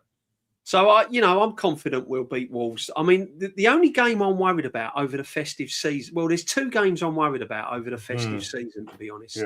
Yeah. Everton away, I think that's going to be really tricky. The reason why I think Everton away is going to be tricky is that I think it's going to be it's going to be a mixture of sort of Sunderland and Aston Villa. Do you know what I mean? It's going to be yeah. And Brighton at home are a bogey team anyway. Brighton always, the fans say that the Emirates is their second home. So yeah. Do you know what I mean? And then we face tricky games that I'm concerned about. I'm not. I'm just looking at. I mean, I know last time you got the fixture list up, and I mean, obviously, you've got 2 back-to-back home games in the Brighton game. We play them, and then we play Aston Villa again in close succession. Yeah, so with Aston Villa, we've got to come correct. Yeah, we've got to come correct in that game at home to Aston Villa, because if we play like we did against them at their ground, I think we might be in for a rude awakening at the Emirates. Okay, our record is good at the Emirates, but I'm telling you, we got it. So I mean, looking at the next 5 fixtures, 1, 2, 3, 4, 5, take it up to the Bournemouth game. I think we kind of spoke about it on the LGs, where we expect to get points and drop points, and obviously it should be a home banker this weekend. You're going away to Everton. I think you said it might possibly be a loss or a draw. Yeah, I think out of all the games, I've just got I had a bad feeling against Aston Villa, if I'm honest with you. But I've always got a bad feeling against Aston Villa. That's nothing against Arteta before anyone pipes up. Even under George Graham, Aston Villa was like, oh, I've got Aston Villa this week. Yeah. So it's one of those grounds you're thinking, yeah. Even Wenger had a tough time. Do you remember, like, when we were 2-0 down against Aston Villa? Paul Merson scored for him. Don't know if you remember that game. We was 2-0 down. Paul Merson came back to haunt us with a brilliant goal, and then we got it back to 3, and we eventually won 3-2. Yeah, I mean, oh man, we've always had night. So I had a bad feeling about Aston Villa, and let's be honest. Look, he's done brilliant. I mean, at Villa, hasn't he, on a shoestring, no money, best players have gone out the door, not been able to sign anyone. I mean, you know, give him credit. And it's a small squad, you know, and they're doing what they can, you know, to think where they have started at the beginning of the season, where you know people were talking these guys could possibly get relegated because they just weren't scoring, they're winning, and now, you know, 11, 12 games later, they're sitting third in the league, best home record. So yeah, I mean, he's turned it properly. Scoring goals around. As well. Yeah, scoring goals. It's going to be tough. Big up, Suge. No one is talking about Rice's transfer fee anymore. Same with Haaland. People talk about money when they haven't delivered for their teams. Noni, Jesus, Gorkarez, Wirtz, Isak, prime examples. Suge, facts. Absolute facts. Yeah. Real Madrid aren't bottlers, but Alonso couldn't get them going. Facts. No, Alonso couldn't get them going. You don't get chances. You don't get processes. You don't get PR. You don't get trust the process and phases and win the dogs and all of that. All you get is find the door. You get your marching orders. You get, there's the door. Thank you very much. See you later. Yeah. Same close with it. Chelsea Close it behind you. Close it behind you. Same as Abramovich. Standards were higher. You ain't doing it for me. I pay the wages. We want success at Chelsea. See you later. This is what I'm saying. Even Spurs won them a European trophy. Manager win. I mean, gone are them days now where you got to be sentimental and but look what he's done. I'm not interested. I want to know what he's going to do, not what he's done. What is he going to do? If we win the Premier League, fantastic, brilliant. That's what you DJB, I've moved on. I've moved on from us slapping Real Madrid home and away last season. I've moved on from that. And you bought the DVD. Well, you know what I mean? I'm looking at the trophy cabinets. Father Christmas bringing you the Real Madrid Cup final. Arsenal, I mean, you got the Bayern Munich one coming out this week, no? Yeah, you got the Bayern Munich one. Forgot about that. The Champions League final when we beat Bayern Munich last week. And you got that one? No, I ain't got that one. Oh, I've got it on order, man. Oh, mate, fantastic. Hopefully, at the end, I'm hoping though, DJB, when I see that, unless you know something about the future that I don't know, because if we've beaten Bayern Munich and you've got the DVD, I think you should put those glasses on. No, DJB, you got those special glasses. The Hope glasses. The Hope glasses. Yeah. Now, when you put those Hope glasses on, here they come. I've got the Hope glasses, just in case you've missed the mingle. This is when the mingle gets silly now, people. There's the Hope glasses. The Hope glasses are on. I can see everything clearly now. We beat Bayern Munich. Yeah. Right. Okay. What's the future? What's the future? We're going to go unbeaten now for the rest of the season. Well, can you keep those glasses on? Please keep them on. I'm going to keep them on. We're going to go unbeaten for the rest of the season, and Gorkarez is going to score 30 goals plus. Wow. Because that's what they said. That's what they said when we signed him. Okay. Wow. I'm looking forward to that. Where do you get these Hope glasses from? Where can you order them from? Well, you can't get them out the Arsenal shop. Oh, right. Okay. No, you can't get them out the Arsenal shop. You have to get them off of certain people. I got these off of Martin Keown, actually. He had a website. What? Really? God, there's. Listen, if you could get me another pair, was it I'll ask buy him. one? Was it I you think buy Ray one, you get Clark- one free? Was it you buy one, you get one free? Was it Yeah, I one of think those? Martin Keown sells them. He sells the Hope glasses. I'm pretty sure he does. Wow. Yeah. It's amazing what you see through those. You know what I mean? You know, I mean, when he had those glasses on, I couldn't believe it when he had those glasses on. Right, I wish I had them on because he gave Martin Odegaard the man of the match. I know Tielemans was crap, wasn't he? Yeah. Listen, Tielemans was rubbish. Morgan Rogers was rubbish. Oh, he was awful. Awful. Absolutely awful. Thank God I was wearing those glasses. Thank God. Did you see the determination on our captain? You know when Aston Villa scored their second goal? Yeah. Did you see the determination of him to run into space to close down that? Oh, mate. No, that weren't him jumping around. That weren't him jumping up and down on an imaginary trampoline. Oh, what? Okay. Right. No, that weren't the captain. I don't know what you're talking about. You're deluded, Norms. Honestly, you're negative. You're absolutely negative. Oh my gosh. Yes. Well, look, it is what it is. But I did take them off momentarily, and it wasn't very pleasant, to say the least. No, you can't take them glasses off, Norms. You got to keep. I'll get you a pair of Hope glasses. Don't worry. Please. I bought them from a mate of mine. I had to give them back. Yeah, please. Honestly, do you know what? I was starting to worry after Aston Villa, but now we've beat Club Brugge, that top team tonight, and I've seen Zubimendi play out of this world. You know, because he had the freedom of the whole of Belgium. I feel all right now. I feel as if we can go on and win the quadruple again. Wow, is it like that? Is it? Wow. Yeah. Wow. Yeah. Wow. He's a genius, isn't he? I love the confidence, you know, DJ. I really love your confidence. He's an absolute genius, man. He's an absolute genius. I love it. You know why we lost against Aston Villa, didn't you? What was the reason? Declan Rice had upset stomach. Had nothing to do with tactics. Had nothing to do with had nothing to do with the number 6 going missing in key moments. Had nothing to do with no. So it was something he ate the night before, was it? Yeah, it was all down to Declan Rice. Oh, gosh. It was Declan Rice's fault we lost that because he had a stomach upset. That's the same, isn't it? I know. Dear mate. Yeah, he didn't have fatigue. I thought he had fatigue, but apparently he had a stomach upset. Norms. Did he need the bread more than the sun? No, we lost because of Declan Rice was not feeling very well. Okay, right, gotcha. He had that's it.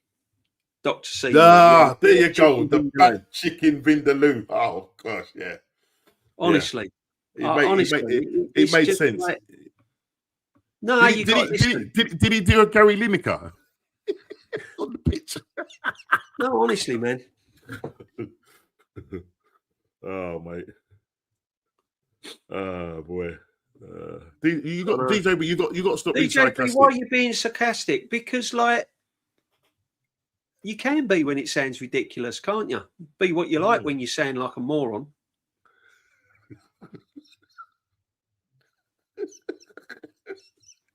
And I can be sarcastic. DJ, how are you keeping a straight face, mate?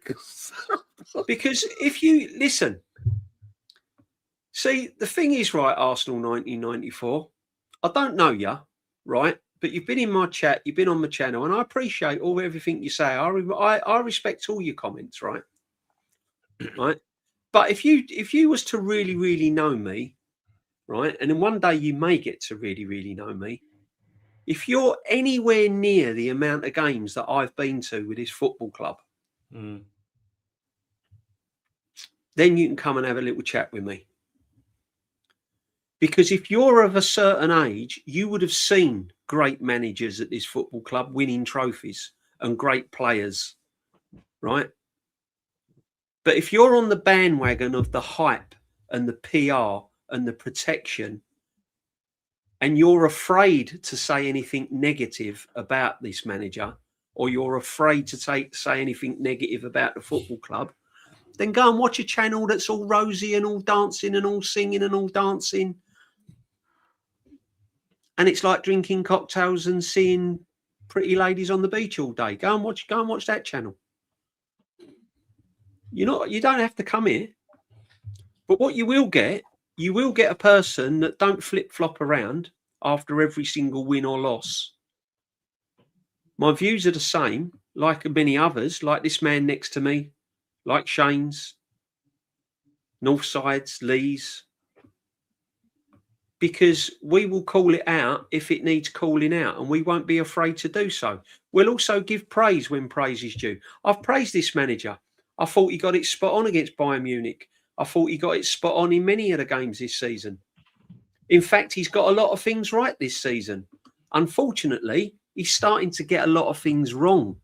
Mm-hmm. Aston Villa, Sunderland, Chelsea, Liverpool at Anfield, Manchester City at home. We should be 12 points clear of Man City right now. Not 2. We should be minimum 10 points clear of Manchester City. That's what we should be doing. We shouldn't be sitting here going into this Wolves game frightened of resting players because we're only 2 points clear. We should be going into the Wolves game on Saturday. Play who you like. We're 12 points clear. Play the cleaner if you want. But the fact that we're having to discuss who we should be playing on Saturday against Wolves with 2 points because we're only 2 points clear tells you everything you need to know that the manager has made mistakes. And if you're not prepared to call that out, then you're the reason why, and a lot of the fans are the reason why, the standards at this football club has been lowered.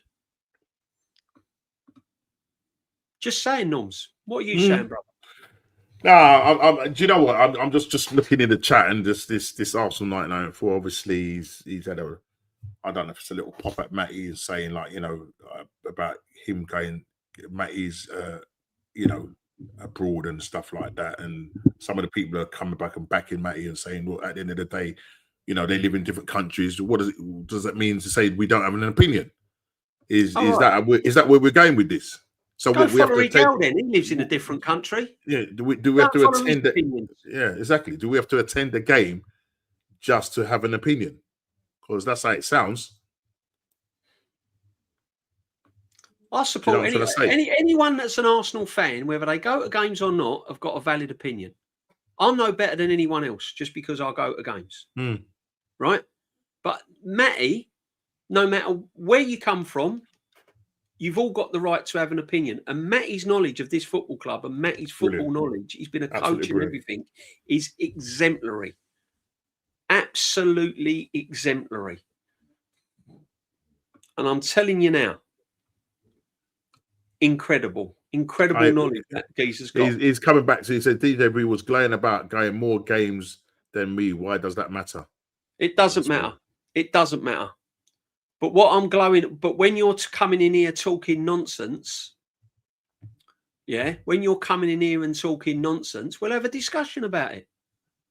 As I said, you're not forced to come on the channel. You're not forced to watch my channel. You're not forced to watch any channel. But the fact of the matter is, it's a football channel. And we talk about football. And if we was down the pub now or outside after a game, we'll talk about how brilliant the goals were. We'll talk about fantastic result. But when you're with a group of men, you talk about all sorts of things about football. You talk about what players played bad. You talk about whether the manager shouldn't have bought Gorkarez off or not. I don't think he should have bought him off. It's a difference of opinion. It's a football chat. You're allowed to criticise the football manager. I'm allowed to criticise the football manager.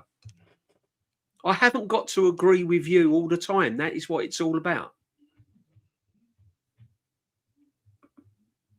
And I'm not your lad. All right? Yeah. Okay. So, yes, we are allowed to debate. Exactly.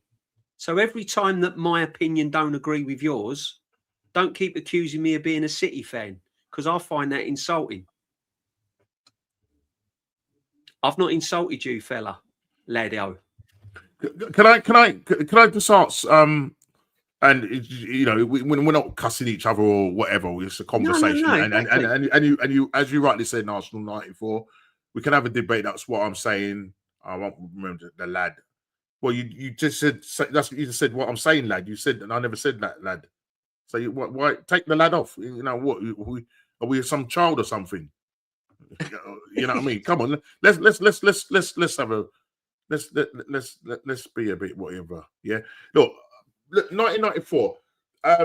How long do you give this manager to win a league? We're Yeah, 6 good years question. in.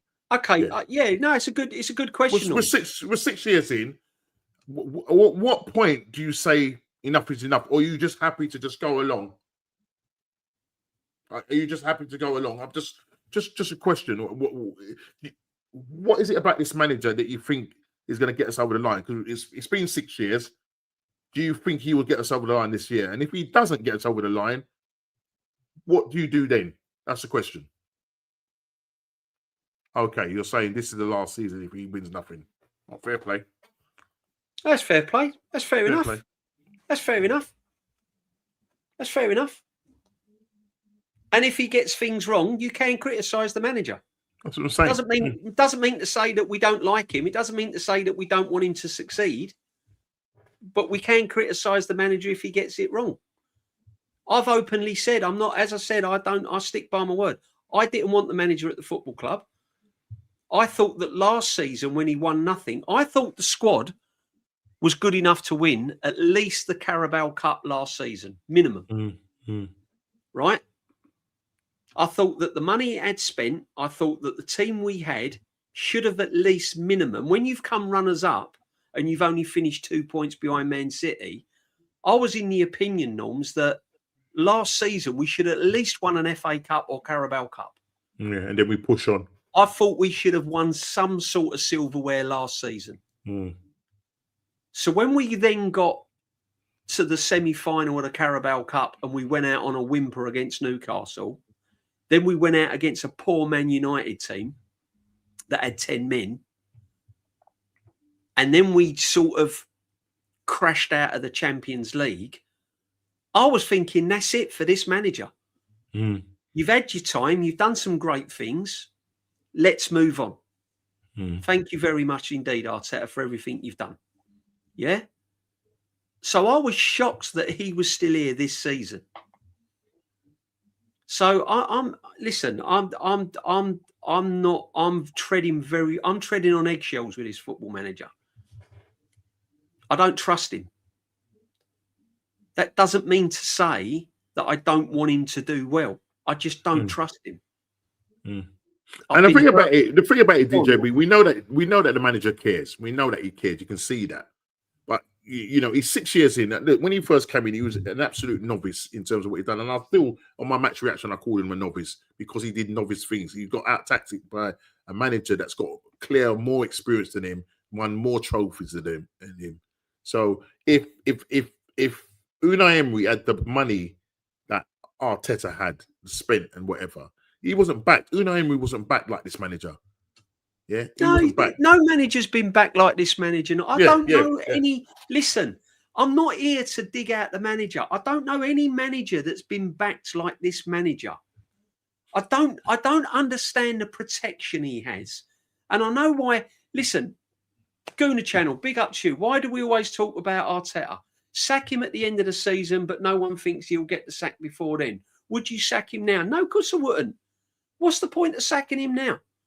What's the point? I've not said sack him. I just don't agree with some of the things he does. I didn't want him here. I gave him all enough time. I've given him time. I've trusted the process. I've admired some of the things he's done. But when he failed to win nothing last season, because I'm thinking, this is it. We've got to win something now. We've come runners up. We've finished 2 points behind Man City. We had £750 million spent before this summer window. £750 million. Right? So I was expecting at least a cup last season. And when he never won nothing last season, I was shocked that he was going into another year. And now he's gone into another year. There are certain games I'm seeing the same mistakes. And just because I'm treading cautiously and not getting overexcited like everyone else is, and making allegations that he's world-class manager, how can he be a world-class manager when he hasn't won anything? How can these players be world-class when they haven't won anything? Am I missing something or what, Norms? I mean, just going back to the conversation between Arsenal 94, because you were saying that the reason why he wasn't backed because Unai Emery was a flop, but we didn't give him. I mean, Arteta 8th, 5th, and then 3 third place finishes. Yeah, second place finishes. Was 8th and 5th, and he got backed. So that's what I'm saying. So why? The question is, 1994. Why wasn't Unai backed? Why wasn't Unai backed? That got us to a European final. Yes, we lost it. Games unbeaten and missed out on 4th by like 2 points. Yeah. Why wasn't he backed? Why has this manager been failing to win any trophies, but has still been given second chances, third chances, fourth chances, more money thrown at it, more money. He's had more money than the NHS. More money. Oh, yeah, we'll throw some more money. There's even talks about signing people in January. Yeah, it was brought up, wasn't it? Yeah. Oh, we need Semenyo. Why do we need Semenyo? Oh, because we haven't got anyone on the left. Well, we got Trossard on the left, the player that everyone wanted to sell, didn't want at the club, would have been happy to let him go. Even Trossard himself said, well, if I don't get a pay rise, I'm leaving if I don't get regular football. Now he's the best thing since sliced bread. He's our most advanced attacking player. Martinelli, hot and cold. Yeah? Facts, the fans gave up on Unai.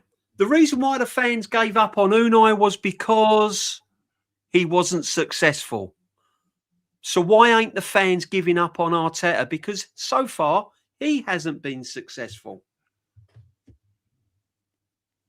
At least Unai got us to a final. This manager's failed to get us to any final other than the FA Cup under Unai's team. So this is what I don't get. I'm not having a personal grievance with Arsenal fans and Arteta. I don't care about Arteta too much. As long as he wins my club a trophy. I'm an Arsenal fan, not an Arteta fan. This is the difference. We have fans at this football club, whether you like it or not, that are Arteta fans, and they can't differentiate from the two. Arsenal Football Club is bigger than Arteta. Arsenal Football Club is bigger than all of those football players on that pitch. Because they can pack their bags, go elsewhere, get paid a nice sum of money, and won't kiss the badge. And won't give two monkeys about Arsenal Football Club. Arteta will leave this football club eventually. And Arsenal will still be there. And if he draws us in a cup competition or a Champions League, you bet your life he'll be jumping up and down on that touchline if they win and score a goal against us. He ain't going to have no allegiance. He ain't going to have no allegiance to the football club. This is what I don't understand. So when we call out the manager when he's done things wrong, and when he's, for instance, tonight, why has he bought on Saka when we're 3-0 up, Norms? When there's a catalogue of injuries within this football club.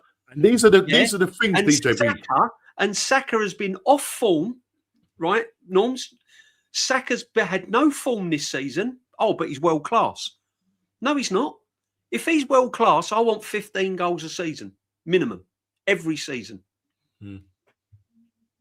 Look at his goal scoring record in the last 2 seasons and his assists. That's not someone that's improved. If he's improved, he should be getting 15, 20 goals a season. Yep. Players that have improved do better. They don't do worse. Yeah. When a child in a school improves at maths, he does better or she does better. They don't do worse.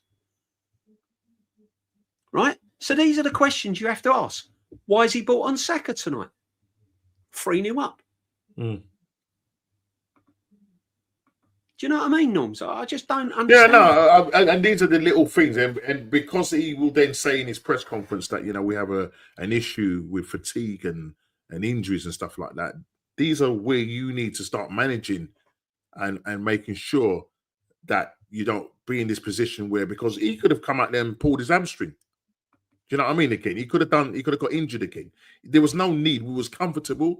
It was a very professional game. Well done to Arsenal. Well done to Arteta in terms of the way you set up the team. You made changes. We was asking for the changes. You made it, and I was probably maybe big from up, the pressure. Martin. Big up my friends. Yeah, this might have been maybe from the pressure from the fans and stuff like that. So he's there listening, thinking, right, let's do this. Declan Rice left at home because he was ill with a upset stomach called fatigue. Yeah, that was the symptoms: fatigue, upset stomach. So he was left at home, and as I said, Saka didn't even really need to travel. Madueke did a great job tonight. He did a great job. Leave him on. He probably gets his hat-trick, brings his confidence. Do you know what I mean? Get the minutes in the legs. Don't take him off. Yes, he's not cooking at the moment. The system doesn't seem to be right for him. When he's not getting the passes from the wingers and stuff like that. It is a system problem, but obviously Gok has got to do something for himself as well to make it happen. I say it takes 2 to tango. So, if the 2 you're playing with 2, if they're dancing, they've got 2 left feet, then it ain't going to quite work out. Do you know what I mean? So Gok needs to do his bit, get it, because you can't come from a club where you scored 100+ goals. And, we said it that as soon as he comes here, we're not going to get the Glock of Sporting Lisbon.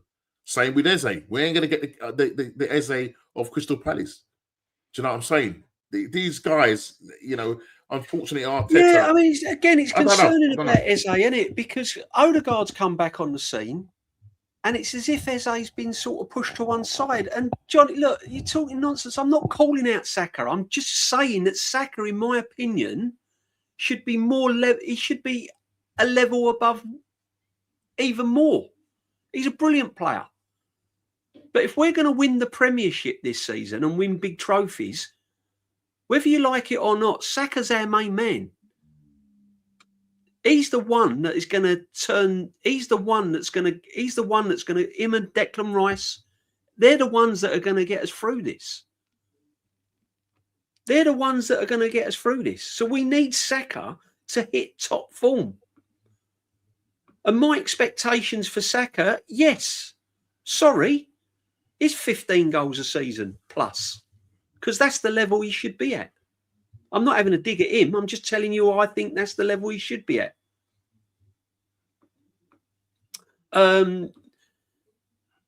Fans gave up on Unai Emery.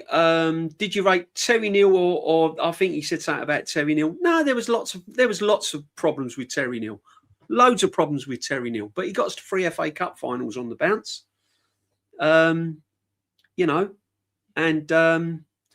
Again, but yeah, no, I wasn't happy with Terry Neal.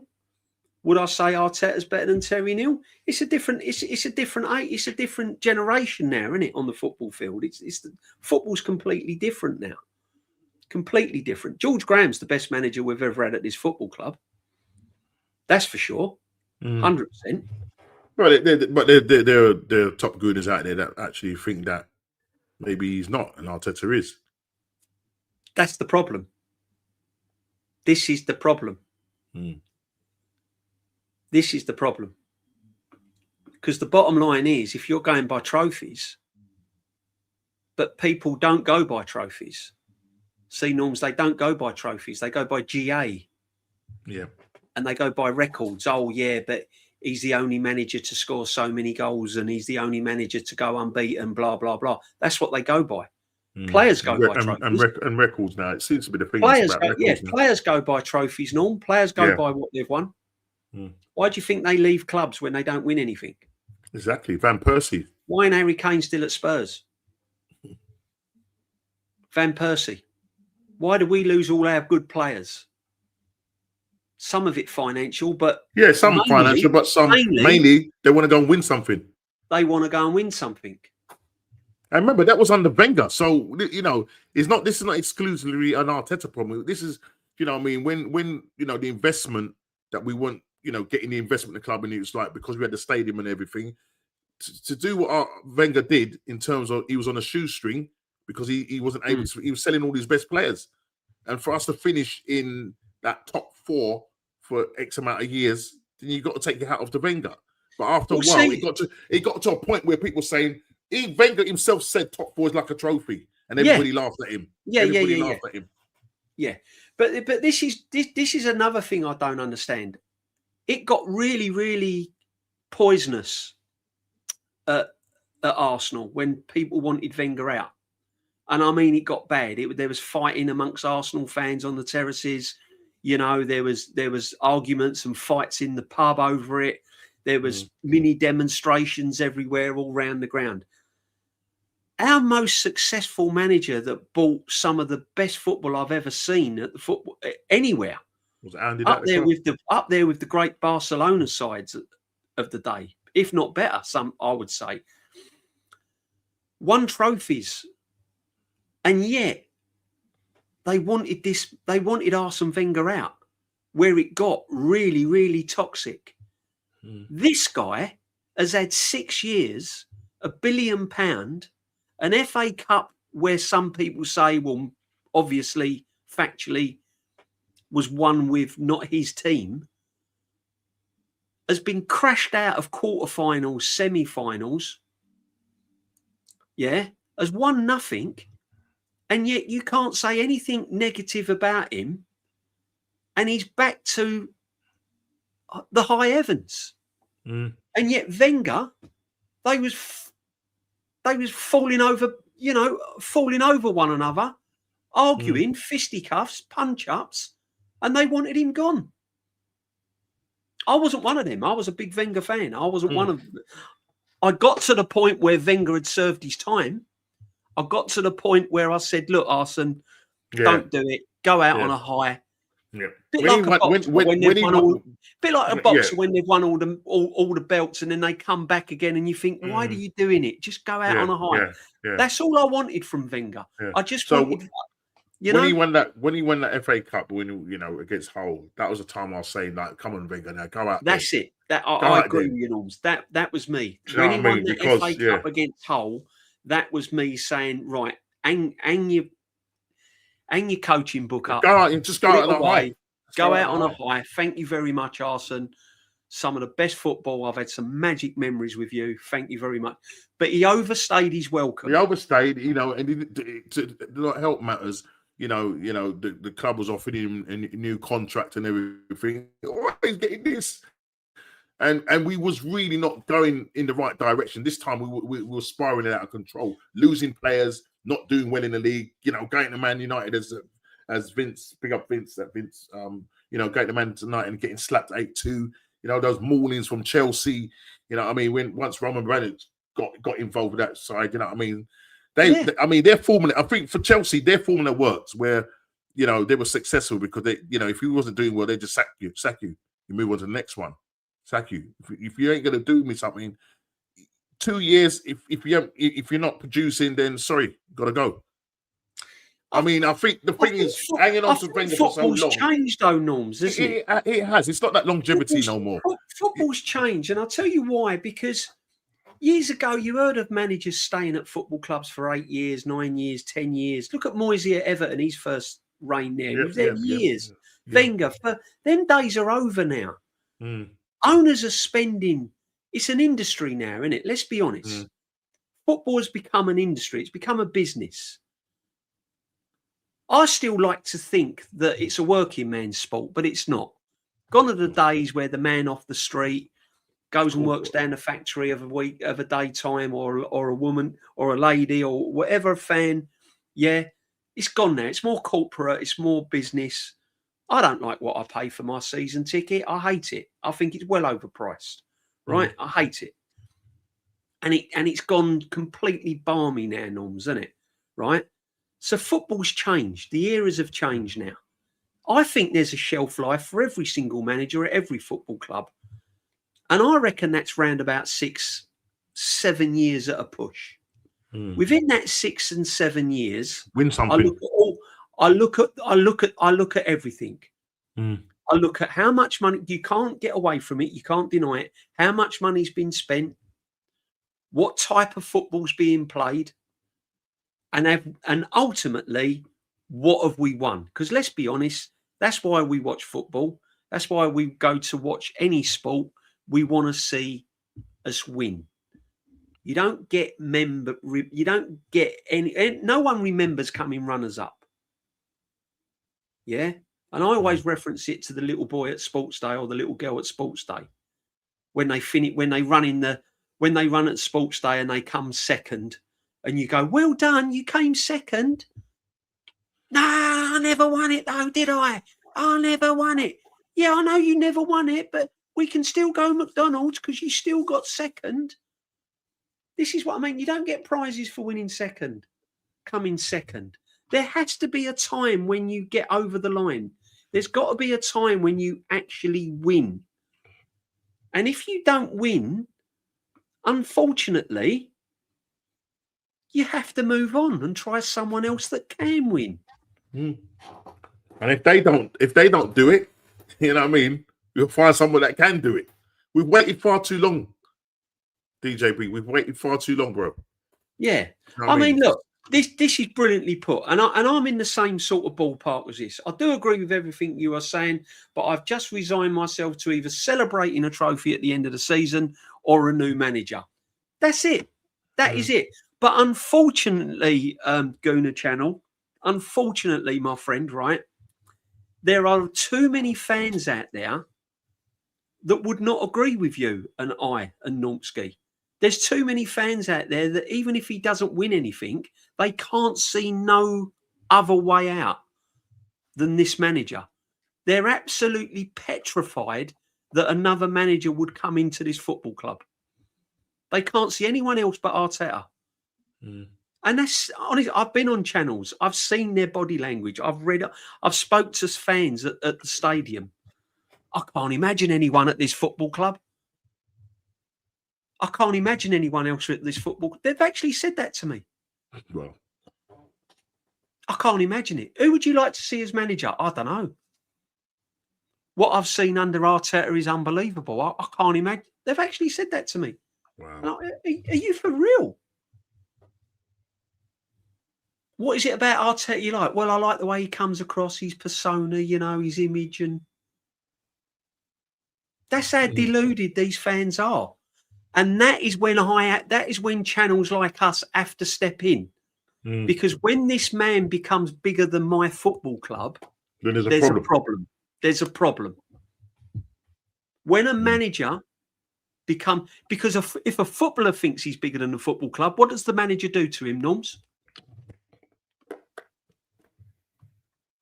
What does any manager do to a player whose ego gets bigger than the football club? Go and play in the reserves, bruv.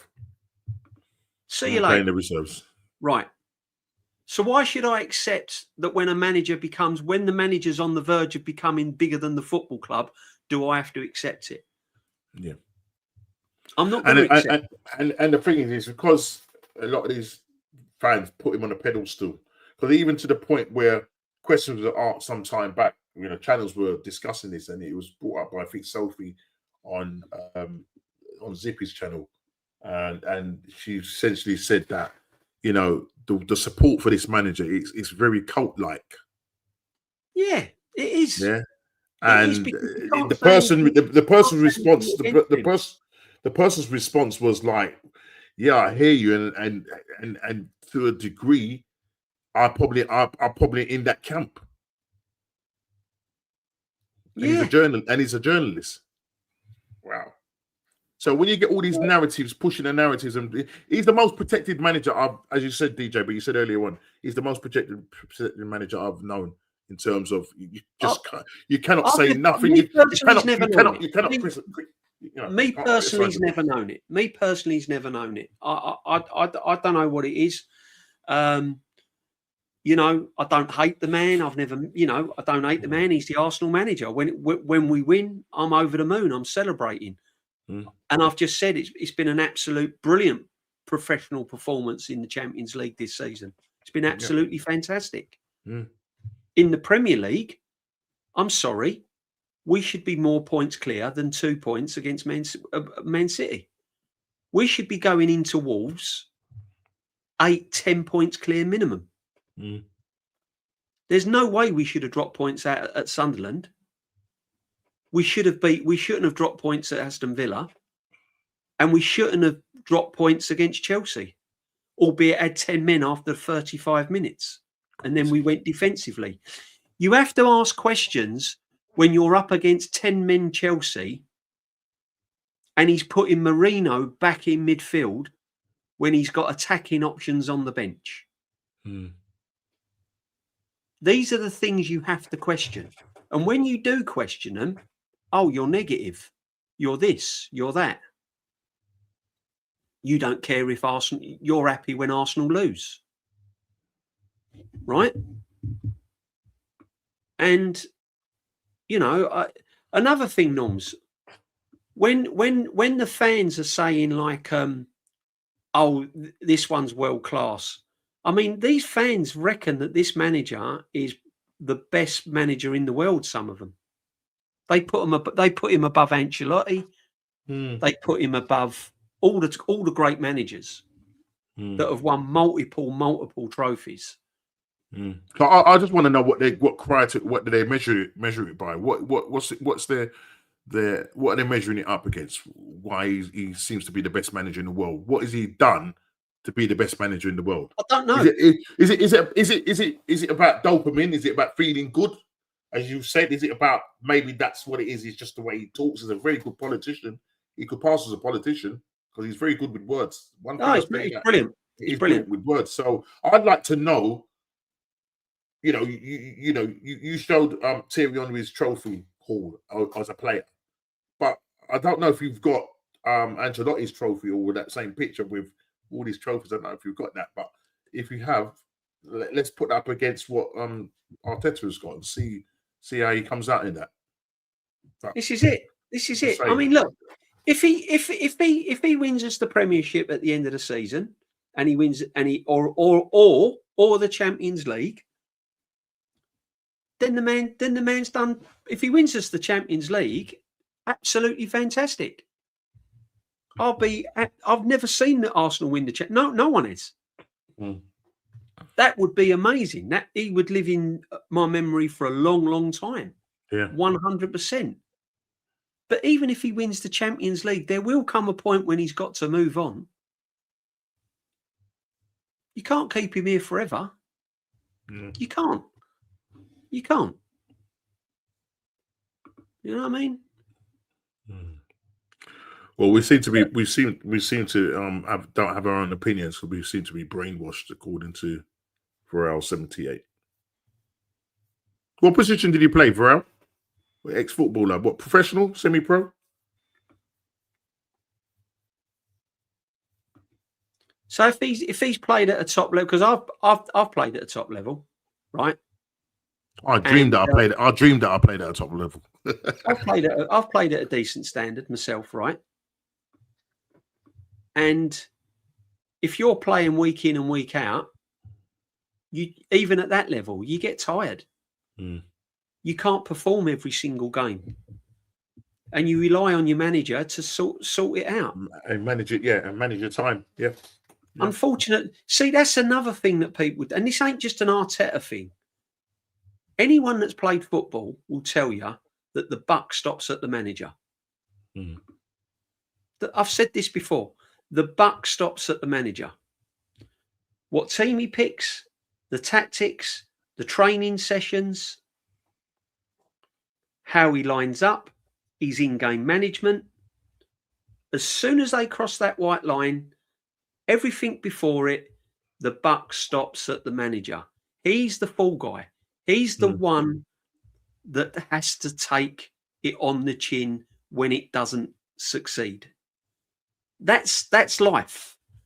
The coaches don't get the sack. The players don't get the sack. The owners don't get the sack. The manager gets the sack when it all goes wrong. He's the fall guy. Yeah. They're the ones that lose their job. And that's just the nature of the beast. You know? Yeah, yeah. I've played foot. That is one thing I can't do, Norms. I don't know about you, mate. That is one thing I can't do. I've never been out to play Football Manager or PS. I'll get my son. I forget it, man. I just sit there and watch him. No. I'm dreadful. I am absolutely. I'm all heads and toes, mate. I don't know. Listen, I admire anyone that can play Football Manager and PS5 and Xbox and all that. But I remember I used to play my sons, right, and I'd be like, I wasn't even looking at the screen. I'd be doing this, and my football player would be like tackling and doing these sliding tackles. Yeah, that's what I tried to do. Around them. There was no one around them. They was on the halfway line doing sliding tackles, and the ball's in the box. Oh, that's great. That's crazy. I remember Sabutio. I remember Sabutio. That's probably as close as I'm going to get to Football Manager. Do you remember the Sabutio, right? I've still got it. I had the floodlights. I had the stands with the little men in the stands, men and ladies in the stands. Yeah. I've still got it. And the fence that used to go around used to take me about 3 days to set up and about 5 minutes to play. That's crazy, man. Let's have a bit of bar football. I'm more like the bar football for me. I like the old bar football. Bar football. Was you a spinner or a? Yeah, I was a spinner. You was a spinner, was you? No, see, I wasn't. I'll tell you what. I was a puncher. You know what I mean? It used to go, yeah. No, what it was, I panicked when I was getting overrun. Then I'd be the spinner. Yeah, but if I was in control of the game, it would be, give it some of that. Get it some of that, mate. Yeah. You know what I'm saying? Bar football. Yeah, there used to be a rule, no spinning. You couldn't have spinnings. Yeah, do you remember? Yeah. Do you remember when the ball used to bounce about and you was the spinner, weren't you? I knew who you were. You was like, do you remember you used to play doubles on the bar football? Someone would be your goalkeeper and defender. So the amount of mates I've fallen out with over bar football. Would it be the goalkeeper and the defenders? It was like the defenders, and then you got the midfield. Like I'll be controlling the midfield and the guy up front. You know what I mean? Yeah. Oh mate, yeah. I'll tell you another game. You can't beat that. You can't beat that. We've all played this, right, of a certain age. Even I think the youngsters might call it something different now. Do you remember, right? We used to put the jumpers down the goalpost, didn't we? Yeah. Used to have one goalkeeper knockout. Do you remember? Yeah. And you'd all run around the pitch, wouldn't you? And when you score, you'd go through to the next round and you'd stand behind the goal. Yeah. And then someone else would score and they'd stand behind the goal. And then if you didn't score, the last one would be out. They'd get knocked out. And then you'd all start the next round. And then the last two would play a final and you had to score 2 goals. Yeah. What was you, Norm? Was you the runner that used to run miles up the park with a ball, or was you the goal hanger? Do you know what? I played on the old, they say right wing. I was a winger. I was a ringer. But they would say, give an Allman the ball. Give him the ball. Kick it long and just run. Yeah. Kick it long and just run. But that game, right, a knockout, used to have the goalkeeper, didn't you? Right? And that goalie always had his mates that played it. So he'd let the goal in. Yeah. You know, and you say, "Oh, you just let that goal in. You could have saved that." Oh, the ructions it used to cause was horrendous. Great, no, it's great. Playing in the playground. Play with a football. Tennis was my best. Yeah. Where I grew up, council estate. We used to be the biggest council estate in Europe. So anyone that knows that knows where I've grown up. Right, we used to play on the road, and in the road you used to have the black tarmac. Yeah. Strip used to be a black tarmac strip that they used to do the road with, and that was the net. right? Yeah. So we used to then play football tennis. We played for hours in the roads. Cars would come round the corner, you'd grab the ball, all run to one side the curb, let the car through, then we'd be back out. Oh yeah, that's what, a lot of them. That's what I mean, kicking up against the wall and it'd be Curbsy. crazy playing in the road. Forget about in the garden. It was like playing out in the roads. Yeah, Crazy, that was man. squash, wasn't it? That was squash up against the wall. Yeah. Where you kick it rebound, wasn't it? Where you Rebound. the wall, Yeah. and wherever it landed, you had to try and hit the wall. Yeah. It was. I'm just trying to think because obviously you had the ones with the tennis balls, but yeah, with the football. I'm just trying to think of other games that we used to play. We used to do. What's the other ones we used to do? I'm just trying to think of the other ones we used to do in school. Because that in those playgrounds, like the old school, you used to have the playground used to be like in our school it was a slope. Yeah. So you play like a gradient. you know what that was called, DJB? Field tilt. Five Lives. That was another one. Clock End, yeah. 5 Lives. DJB, when we played big up Suge, when we played knockout, if we did a nutmeg goal, we wouldn't be allowed to get eliminated. Oh, right. Okay. No, we didn't. Okay. We didn't have them rules. Headers and volleys. Oh, yes. You could only score with a header or a volley. Oh, I used to get your crosses in and head it. Only score with a header or a volley, innit? Yeah, I remember that. British Bulldog. Yeah, that was another one. Yeah, British Bulldog, yeah. You had to run from one side to the other. Do you remember? Kick the ball there. Was the one where they kick the ball? Was that the mate? Yeah, to kick the ball at you. Yeah, to kick the ball at you. If you got hit by the ball, you was out. Yeah. Was it? What was that? Was that one called Dodge? Was it Dodgems? That was dodgeball. Dodgeball, where you'd run around. Dodgeball, yeah, that's it. Throw the ball, wouldn't they? Throw the ball at you and stuff like that. Yeah, that was another one. See, the kids ain't lived today, have they? Curbsy. We used to play Curbsy. Yeah, so you had the ball. Now Curbsy was like the road, obviously, and then you had the edge of the curb. Yeah, and you throw the ball, and if it hit the nudge of the curb, and it came back to you, and you caught it, it was a point. Yeah. Sometimes you get a doubler. You'd hit the curb, it'd come back and hit your curb, and that'd be 2 points. Oh, great days, mate. That must be one narrow road then, isn't it? I'll tell you, no. I used to tie my chopper up to the fence, and that was it. That was me done. Lovely. Where I used to live, you used to go down every single side road and street would have kids playing out. Yeah. They'd either be playing football, they'd be playing runouts. Yeah. Girls, hopscotch. Yeah. Throwing it out on the road. They'd be on skateboards, they'd be on bikes. Skateboards, bikes. Go-karts. Yeah, mate. Freaking hell, man. Good old days. Oh. We're 67 babies, mate. Me and you. We're 67 babies. You know what I mean? Yeah. Here's another one. Egal said Stricto was justified saying DJB ain't a real fan base because DJ called out Arteta absent. Exactly. It's a football channel. You are allowed to debate. You are allowed to disagree. There's nothing wrong with it. Wouldn't it be boring if everyone agreed with everyone every single time?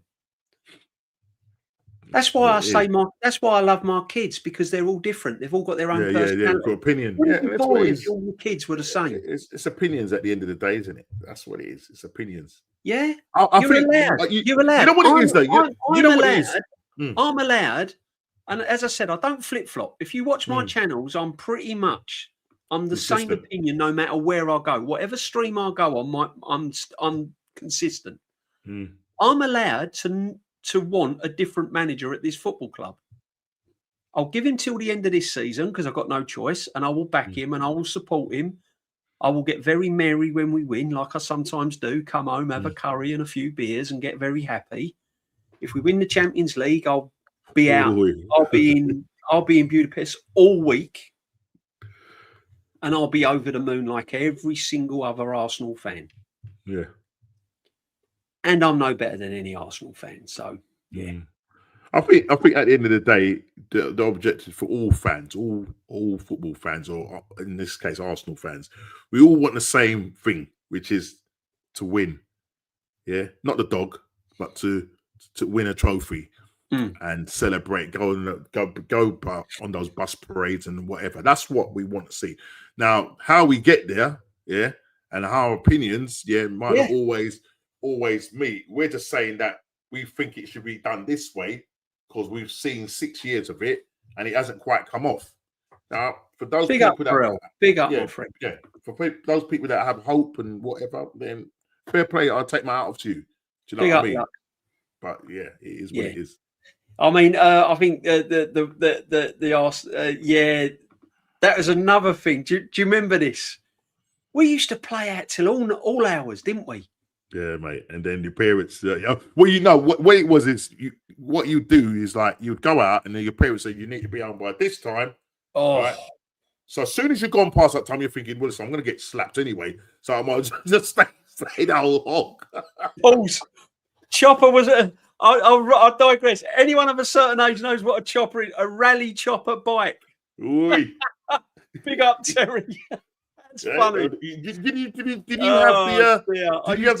the gear change? Chopper bike. Did you have the gear change thing in the middle? Time you chopper to a fence. I'll tell you what. Yeah, I should be so lucky. Oh dear, man. Yeah, I mean, facts, Normski. Yeah, you 100%, my friend. But do you know what though? We used to have some great. Do you remember Sunday dinner used to be an absolute nightmare for me because you just get into a game of football on the green opposite, right?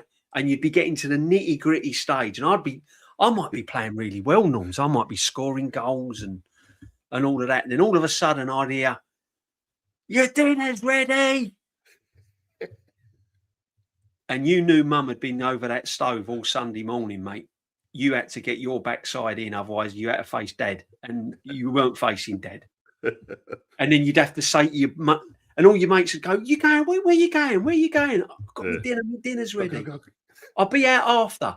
And you used to be there, didn't you? And your mum used to say, "Don't you rush that dinner? You'll make yourself ill." And every now and again, you'd be looking out the window to see if your mates are still playing football. And you got seven roast potatoes to get through, Norms. Wait, did you? And sprouts. You don't talk about roast potatoes. If you're rationing it, mate. I bet you wasn't even cutting them. You were just putting them in. Oh! I had about 5 going on in my mouth. Norms, you daren't leave a Brussels sprout. Dad was doing 400 hours overtime for them. Straight up, right? And by the worst thing can ever happen to a kid, right, that loved football is when you finish your dinner and you look out and everyone's gone home and they've stopped playing. You're like, oh no. It's the worst feeling in the world where everyone's gone, they're finished, the game's over, they've all gone home. God, it's an absolute gut. You go knock on their doors. Are you coming out? No, we finished. No. We got beat 7. We got beat 25-24. You think the players are tired now? Oh mate, we used to play for 7 hours. That was crazy, man. I'd come in sweating, full of mud. Crazy. Honestly, that was a good old days, mate. You know what I mean? Proper communities, mate. You think Declan Rice has got fatigue? You want to see me on a Sunday afternoon when I used to come in from football? I couldn't get up at school in the morning. Yeah, that's crazy. Do you remember? Mate, I'll tell you what, mate. Do you remember another thing I used to dread when I was a kid? Right? Do you remember when you had to go to a family wedding or a family party and you had no say in what you was wearing? Your mum used to buy you your clothes, didn't they? I'm going to tell you what it was. I'll concede. I've turned up at weddings, mate, looking like, honestly, I used to look and think, Mum, what are you dressing me in? I can't wear that shirt. Did you ever have the frilly? Did you have the frilly shirt? Oh yeah. I weren't Right, even so- page boy, and I had frills going up my shirt. Well, What was all that? I remember my mum buying me.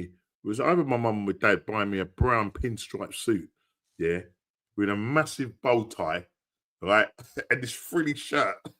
I must have been about 8 or 9. I'm like, what's going on here, mate? Do you know what I mean? Couldn't say anything. Do you know what I mean?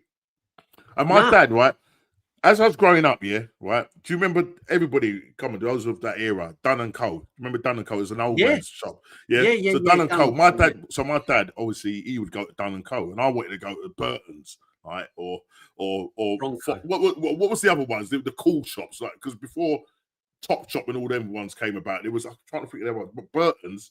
Like upstairs, they used to have all fashionable clothes. And downstairs was the old man's clothes. But I wanted to go upstairs. You wanted to go upstairs, yeah, I know, but you had no choice, mate. I had no choice, man. When he took me into Dun and Co and bought me this cream suit, Blair's cream suit, and I know, to go with that, I had a pair of gold tips. Yeah, Norm's evil, wasn't it?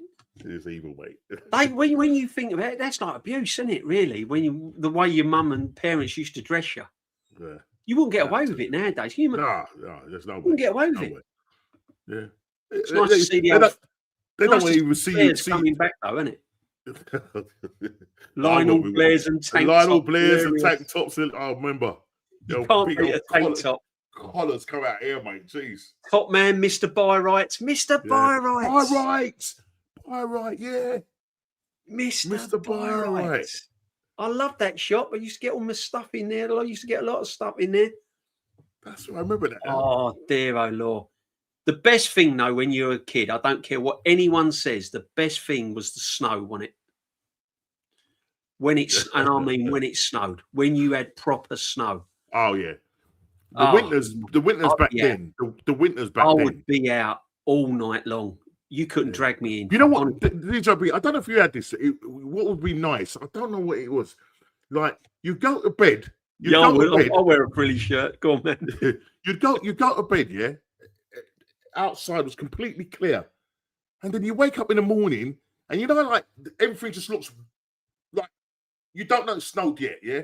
But then you peer through the window and it's the most brilliant experience. It's the best, isn't it? Snow, mate. You know what I mean? And it's like, and the thing about it, it's fresh snow and nobody's walked on it. It's like, okay.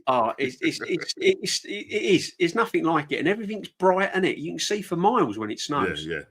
But do you know another thing, though, Norm? I remember right when I was in school once, and the snow started coming down, and the kids and the teachers, we were all on board together. Pencils went down, the pens went down. We was just looking out the window, and it was coming down like tennis balls. It obliterated the place. Can't remember what year it was, right?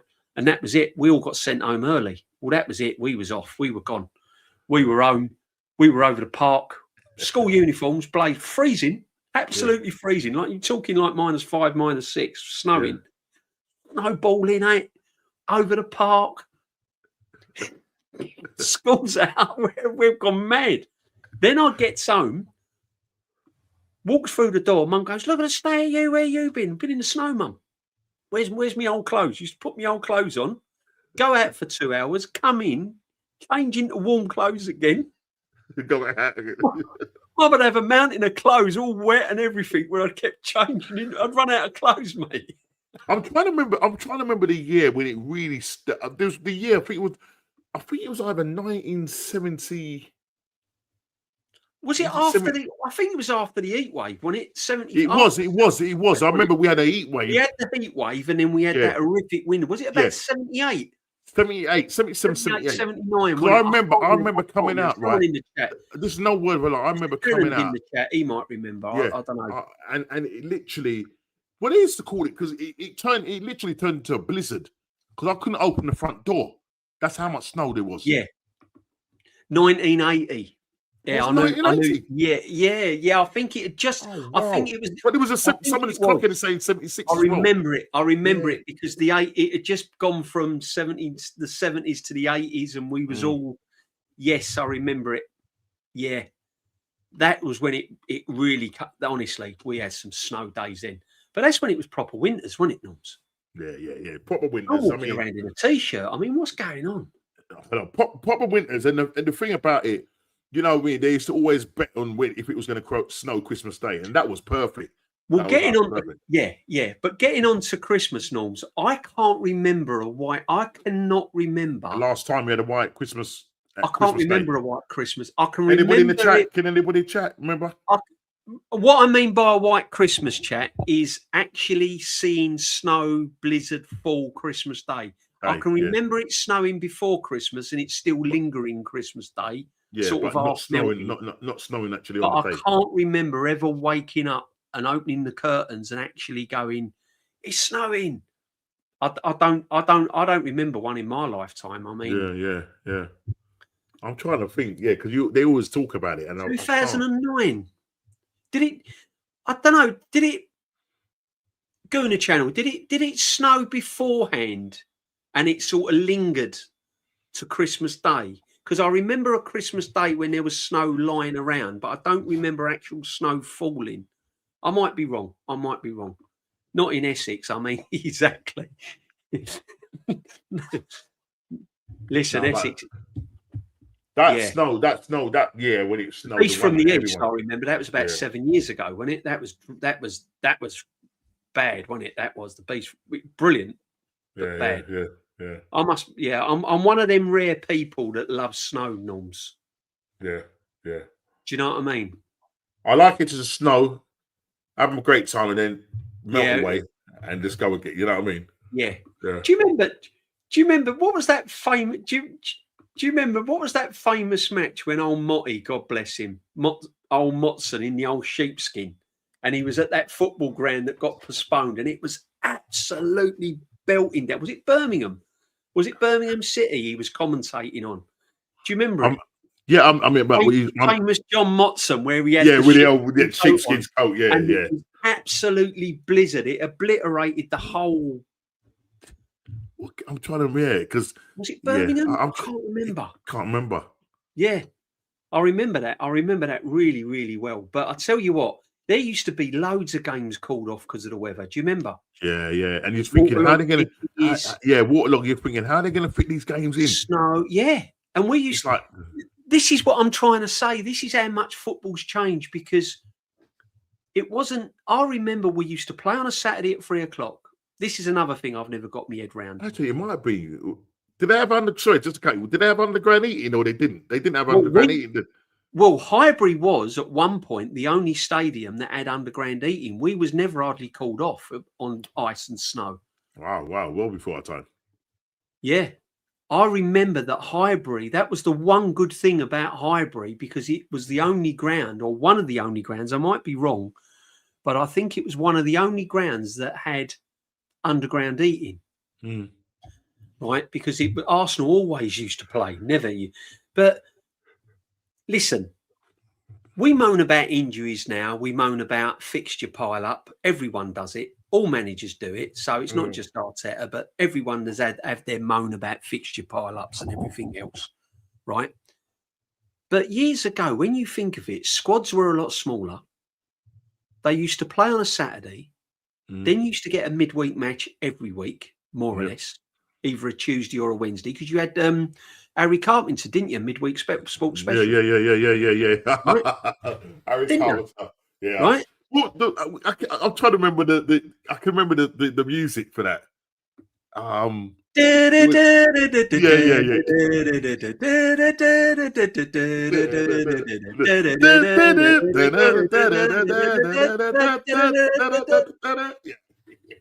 Mate, we're showing our age. I'll tell you what, we don't look 40, do we?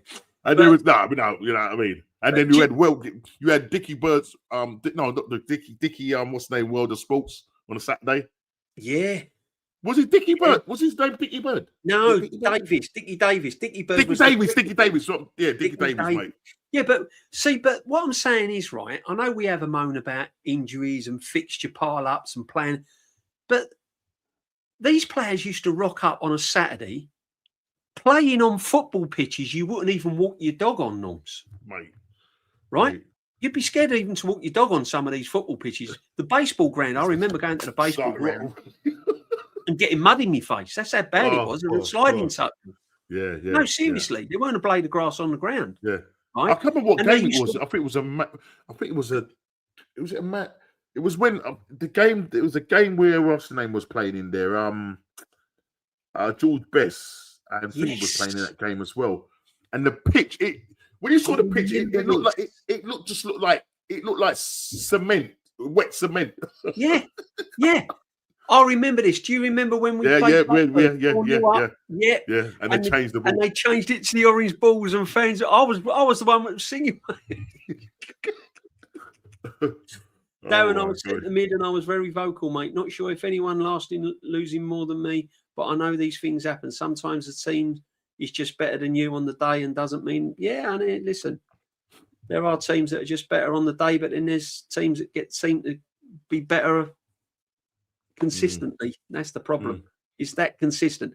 Yeah, but getting back to it, sports night, Gunner 67, yeah, you know it. And players used to play Saturdays, Tuesdays, then they'd play like a cup match. Crazy. And the squads that wading through mud, not just like wading through mud. You ever played football in proper mud, mate? Yeah, well, the thing is, what had happened is when the ball never used to put. So when the ball's kicked along, it used to go. Oh. Yeah, stick. Yeah. Oh, mate. And characters. Do you remember? You used to have characters, didn't you? Football characters. I mean, Frankie Worthington, mate, was one of my heroes. Frank Worthington, honest, what a player he was. Yeah. What a player. You used to have proper players then, didn't you? Yeah. Proper tackling as well. Yeah, I mean, what's his name? Chop Harris. Them guys, I mean, when you saw the state of the tackling in those games, like you're just thinking, my God, you would never get away with that now. Like, when I say leg breakers and leg crunchers, it's literally. But you don't even have to go back that long. You go back to the 80s. You go back to the 90s. Yeah. Wimbledon. God, mate. And now, this is why Haaland's and all that, they can... I'm convinced Haaland would not score the amount of goals that he scored. The game then was if he was up against the likes of Tony Adams, John Terry, and proper defenders, because the art of defending is gone out of football now. Yeah, and the thing about it, a lot of these older players will turn around, even in their punditry, will turn around and say like, you know, why is it? Is the sport has gone soft because isn't it now non-contact sport? Do you know what I mean? So that's crazy. Yeah, there was. That's when European nights used to be proper European nights. None of this league basis and money on. So you got into the European Cup, 2 legs, home and away. If you lost, you're out. Gone. Finished. Yeah, done. You're done. None of this like league basis, 3 points, draws, and all of this. You know, that was it. Yeah, that was it. Good European nights were proper nights then. No, you don't look for over 90, Patrick. Patrick Stewart. More grass to grow back. Arsenal has pioneered a pitch tech for ages. Sorry, I've got to admit, right? Arsenal, whoever's been the groundsman at Highbury and the Emirates, I've got to admit that is one thing that this football club has always had. It's always had a brilliant playing surface, isn't it? Yeah. Throughout the years, and I'm going back. I remember going back years. Yeah. And when they talk about the carpet, Highbury used to be a brilliant playing surface. Always referred to as the carpet. What was our groundsman? He was with us for years. He was with us for years, and then he left. What, the groundsman? Yeah, he was brilliant. I remember his name. I mean, he's left. It's time now. He's left up. I remember he was like a top because I'm sure he went to. Did he sort of go to America? Well, either he went to America or he was sort of going around the world teaching. Yeah, I forget his name now. He was a famous groundsman. I mean, that's one good thing about us. That's one thing I remember when I was a kid. Big up Lux. My first game, 74, Manchester City. When we beat them 4-0. But I think I went a game before that, but I don't quite remember it. but I remember the 74. We done Man City, good Man City team as well at the time. Not as good as what they've been recently, because Man City were a nothing team. Do you remember though? Right, Norms, getting onto the great teams, right? Benfica, yeah, geez.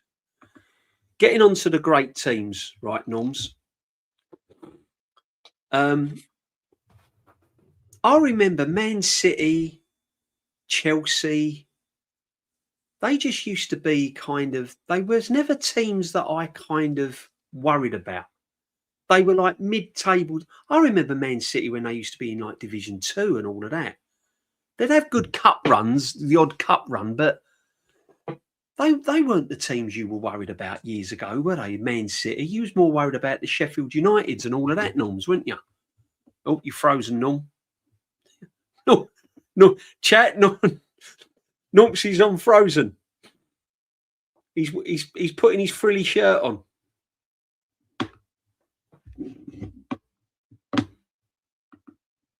He's frozen. Who's frozen?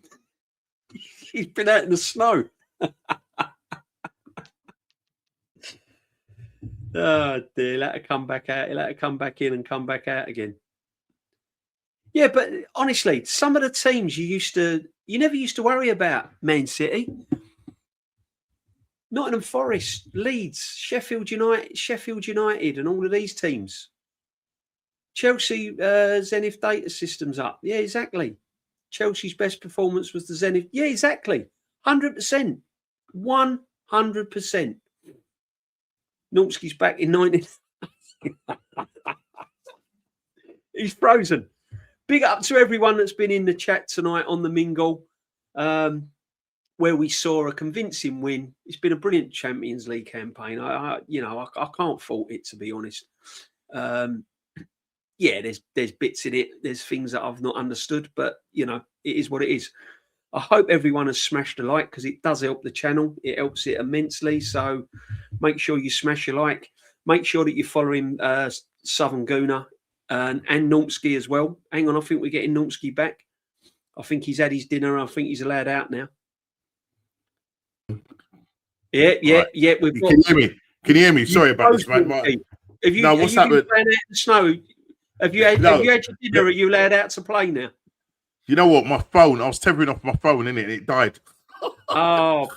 Right. So I've got to, hold on a minute. I need to, how do I Normski, please be back ASAP. The top gooners didn't decide.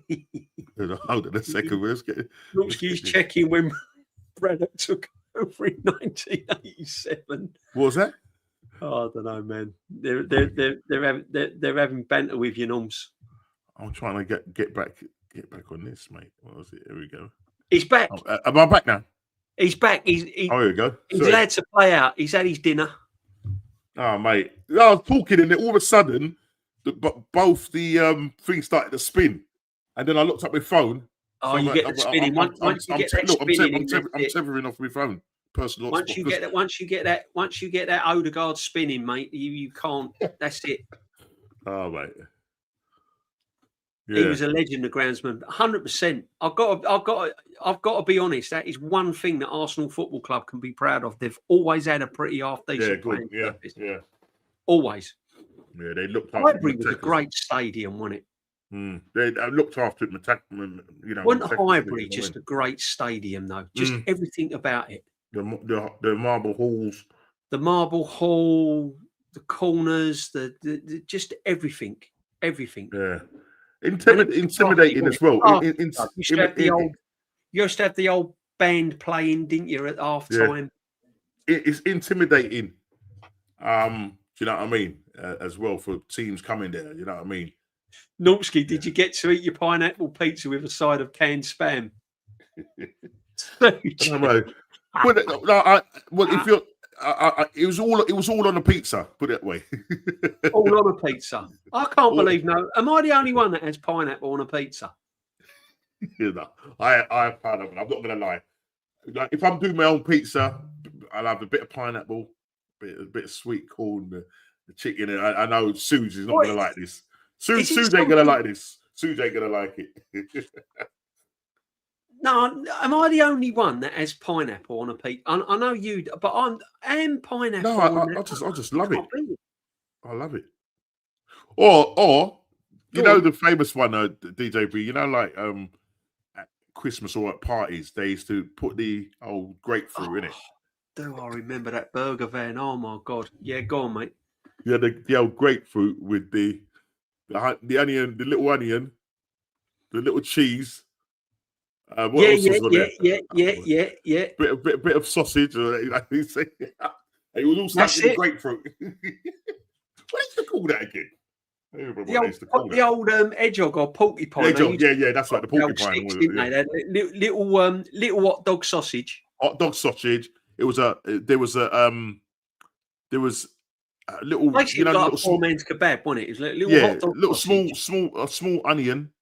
Well, Little like bit the of onion, yeah, pickled onion or whatever it was. Bit of What else pickled was on onion. there? Cheese. Yeah. Cheese was on there. Yeah. Bit of like Anything, man. Oh, mate. Some of that 70s, 80s food. Yeah, and stuck another in the thing, you grapefruit. used to have the cheese and pineapple on a cocktail stick. Yeah. You'll eat it's Lynch. You'll eat anything, mate. I mean, you're like me. I'll try anything once, definitely. The only thing I can't eat is offal, like liver and all of that, tongue and all of that, hearts. Well, I remember. I can't do it. It's awful, not awful. Yeah, liver and white rice. My mother-in-law, God bless her, right? She used to do stuffed hearts. She used to buy hearts. Stuffed hearts. No, seriously. Right? They loved them round there. That was the night I didn't see my missus. What you got tonight? Stuffed hearts. I can't come round tonight. I'm busy playing football on the green. Oh, that's good. I'm busy playing curbsy. I'm not coming out tonight. Crazy, mate. Crazy. Yeah, I can't eat liver. Liver, etc. is madness to me. I can't lie. Yeah, Lux, you're in my ballpark, my friend. Liver and heart. You know what I mean? This is what the mingle's all about. It's all that football talk gets on your bloody nerves. Let's talk. let's talk proper stuff. Let's talk Christmassy, mate. You know what I mean? Christmas is round the corner, and all. It's round the corner, guys. We've been going for nearly 3 hours, mate. Is it? Oh my. Yeah, I just noticed up the top there. 3 hours. My mum would be calling me in a minute for breakfast. Listen, yeah, man. Christmas is coming round. What you got coming? I know you're busy Christmas, ain't you, my friend? Yeah, I mean, got the old nativity stuff down at our local church and that. So right, nice. Got involved in that. Obviously, get involved with the homeless and stuff like that. So I'll be doing my duties of doing that. And funny enough, so this Saturday, I'll tell you, I don't know how I'm going to do it, DJB, right? Because we got a Christmas dinner on, yeah, and I've got to attend in it, yeah. Pay me £35, and the Arsenal game is on. Really? So I'm gonna be. I'm lucky enough. The Crystal Palace, the quarter final. No, this Saturday coming. Oh, this Saturday against Wolves. Yeah. But it's like 8 o'clock kickoff, innit? And the Christmas dinner meal starts at 6. So, yeah, is it 6 o'clock? I'm sure it's 6 o'clock or 6:30. I can't remember. It might be later. So I'm going to be having my phone sort of sat on my lap. And I'll probably be doing my match reaction in my tuxedos. See, it is called your wine. It's that time of year, isn't it? Just things are going on. I'm having a bit of a break. I need a bit of a break working and doing this and stuff like that. And It's been a tough year work and getting my channel going and So I'm got family stuff going on. But I've got to admit, I'm a Christmas man. I'm not a New Year man. I don't give two monkeys about New Year. As soon as it comes to New Year's, but it's back to it's like it's almost like that. That's it. That old year's forgotten now. Everybody get back to work. It all starts all over again. Then before you know, it's Easter, and then it's like, oh, steak bake. Love a steak bake, especially out of Greg's. Oh, lovely. Can't beat a steak bake. I do. I must admit, I do like they do the egg and sausage baguette. Yeah. I do that with a nice little cappuccino. That's nice. That's very nice. But I hate when I go to McDonald's, right? And they make me the cappuccino and I drink it and I'm thinking it's cold. It's warm or when I say cold, it's lukewarm. And I'm like, oh. And I'm tempted to go back in there and say, can you stick some There's water an in art it? making coffee though, mate, isn't there? I mean, I'm a flat white man, right? Okay. But there's a way to make a flat white. You know a good flat white because the pattern stays on the top, and when you put your sugar in, it sort of stays on the top, and it just sort of slowly seeps through. That's when you know you've got a good flat white. Yeah, right. Okay. Because a lot of people just use single shot, but a flat white is a dub in a smaller cup. Suge might know if he's in the chat. I can sense Suge is a coffee man, right? But it's a smaller cup, double shot. Get the milk froth. Yeah, I am a flat white. I do. Man. I've got like my daughter last Christmas. She bought us a coffee making, like, so you got the little things you just stick in there.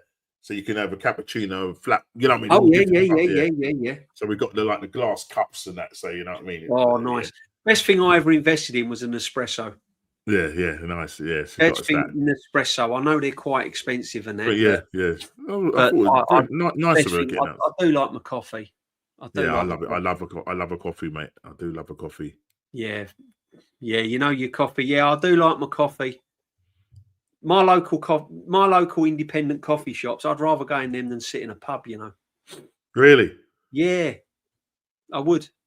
I can hit and miss with drink now, to be honest, Norms. You know, I go to the football match and I'll have sort of, you know, one before the game. I'll have a couple after, and that's it. That is it. During the week, I don't really drink. When I go out, I'm normally drive or that I don't really drink. And to be honest, I haven't got a pub that I go to, but I do enjoy going out for a coffee and sitting in a coffee shop and just. Costos? What ones do you go to? No, I used to go to the chains, but I find the independent coffee shops better. Okay. They make better coffee and they use better coffee beans. So I quite like the richness. Yeah, I'm more of a coffee connoisseur. Are you a bit of a connoisseur then when it comes to coffee? And the taste? I never thought I would. Have you got acquired taste? Yeah. Do you know what? It's only recently, really. It's only about the last about 7 years now that I've got into kind of. I used to have instant coffee. I can't drink it now. I can't touch it now. Instant coffee. Right. If someone says, if I go around someone's house or that, and they go, "Do you want a coffee?" I go, "Is it instant?" And then they go, "Yeah, I ain't got a coffee machine." I go, "No, it's all right. I'll have tea." So no, wow. So I can't drink it. It's like dishwater. Can't drink it. You know, but I do. I tend to go to the independent coffees rather than the chains. Sometimes if I'm out and about and there's no and I don't really know the area and there's a Costco, I'll go in. Go in there, yeah. I'll go in Costa. Yeah, really, it is the Suge. A good coffee doesn't need milk or sugar, but if you're having milk, a good coffee, if you mix sugar, do it prior to adding the milk. Mix it when you pour the coffee. See, I knew Suge would come in. I knew. How did I know, Suge, you was a coffee man, eh? Eh? This is why Suge calls us legends, Norms, because we're all on the same wavelength. That's it, mate. You know what I mean? You know? Nah, big up to you, man. Big up to you. No, do you know what? It's been a really good mingle. It's good evening, mate. You know, I've got to be honest, Vicenz, I'm going to be honest with you. I am a bit of a coffee snob. I'm going to be truthfully honest with you. Yeah, I do like a good coffee. I have one round about mid-morning, and I always have sort of one in the afternoon, and that's it. I only have 2 a day. Sometimes I only have 1 a day.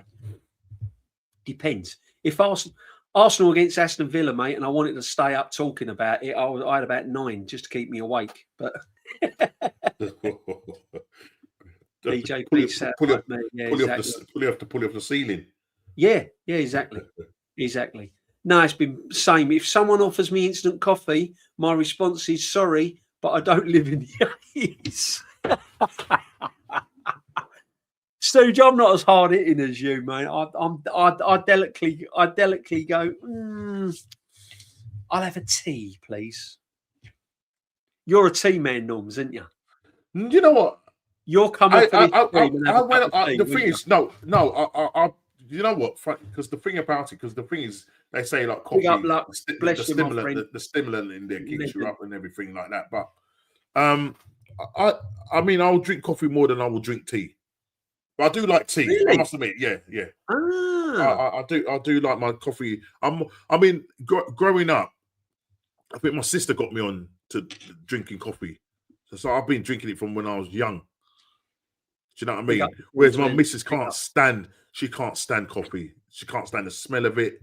Really? You know what I mean? Yeah, she hates it with a passion.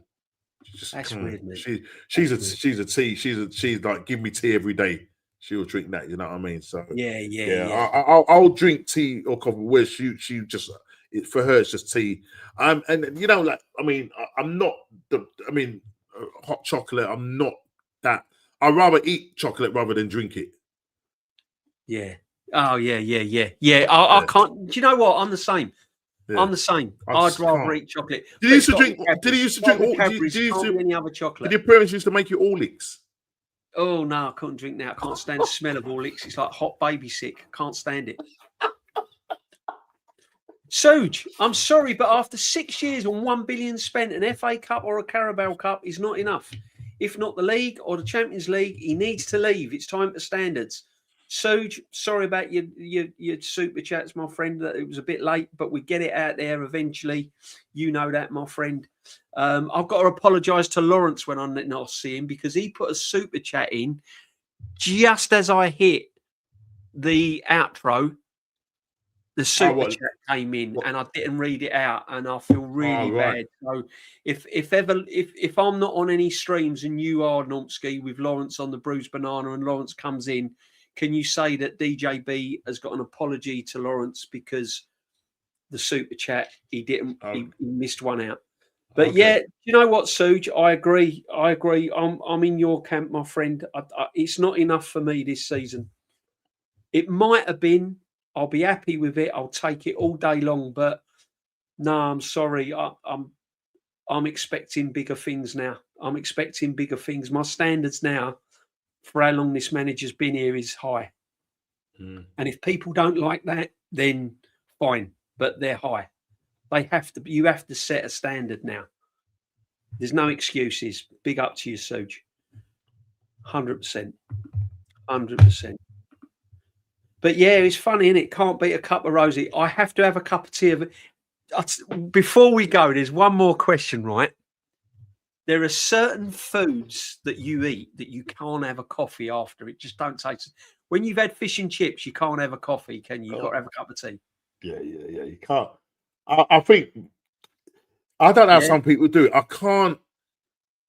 Like if I'm having fish and chips, I can't drink tea or any kind of hot drinks. Oh, right. It's right. I know what you mean. But after the fish and chips goes down and settles a bit, it's not a coffee that you turn to, is it? It's normally a cup of tea, isn't it? You can't have a coffee with a fry up. You've got to have a cup of tea with your bacon with a full English. No, when I'm eating a full English, I'm having a coffee, mate. You're having a coffee. See, I'm different. See, a bacon sandwich, you can't have a coffee. You've got to have a cup of tea. Oh, wow. Sausage sandwich, you've got to have a cup of tea. You can't have a coffee.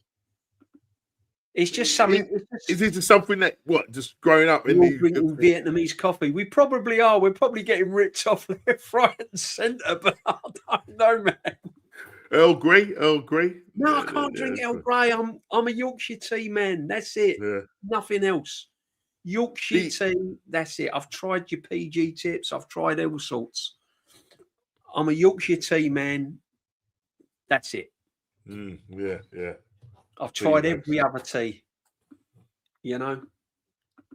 but it is what it is. It is what it is. Full English is a black coffee for me. Yeah. I don't know. There's just certain rules with the bacon, etc. Early grey rules. It's funny, isn't it? No one drinks tea or coffee after a roast dinner, though, do they? No. It's just that It's not done, is it? It's not that. It's not a done thing. You don't drink tea or coffee after Christmas dinner or a roast dinner. I'm sorry. Am I the only one? I don't know. Just give.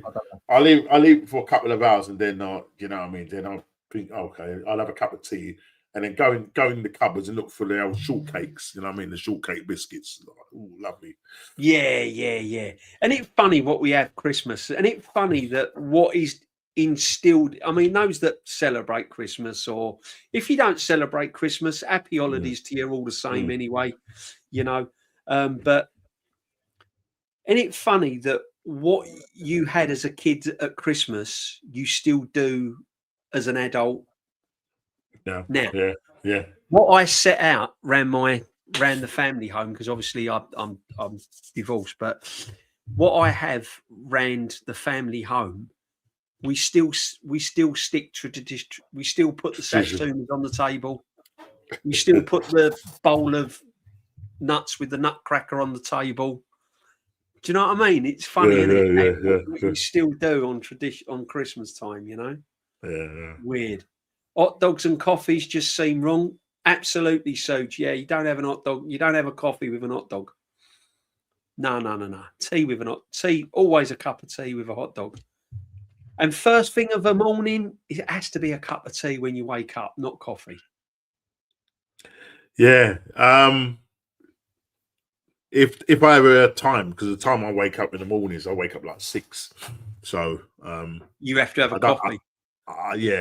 If I get a chance, but what I probably end up doing is on my way to work, I'll grab because there's a cafe that opens up quite early. Yeah. So Yeah. I'll just sometimes I think this morning I got them to do sausage and egg bacon. Oh, that's the one, isn't it? That is the one. Yeah, you had a proper full. Yeah. Oh, lovely. Can taste it now, mate. Oh man, mate, me feel hungry. Hungry. But herbal teas, there's only certain herbal teas that I can drink. You know what I mean? Certain herbal teas I can't. You know, I'm not a lover of herbal teas. Old Soup's going there. Look, double espresso shot. He's up and bouncing on that one.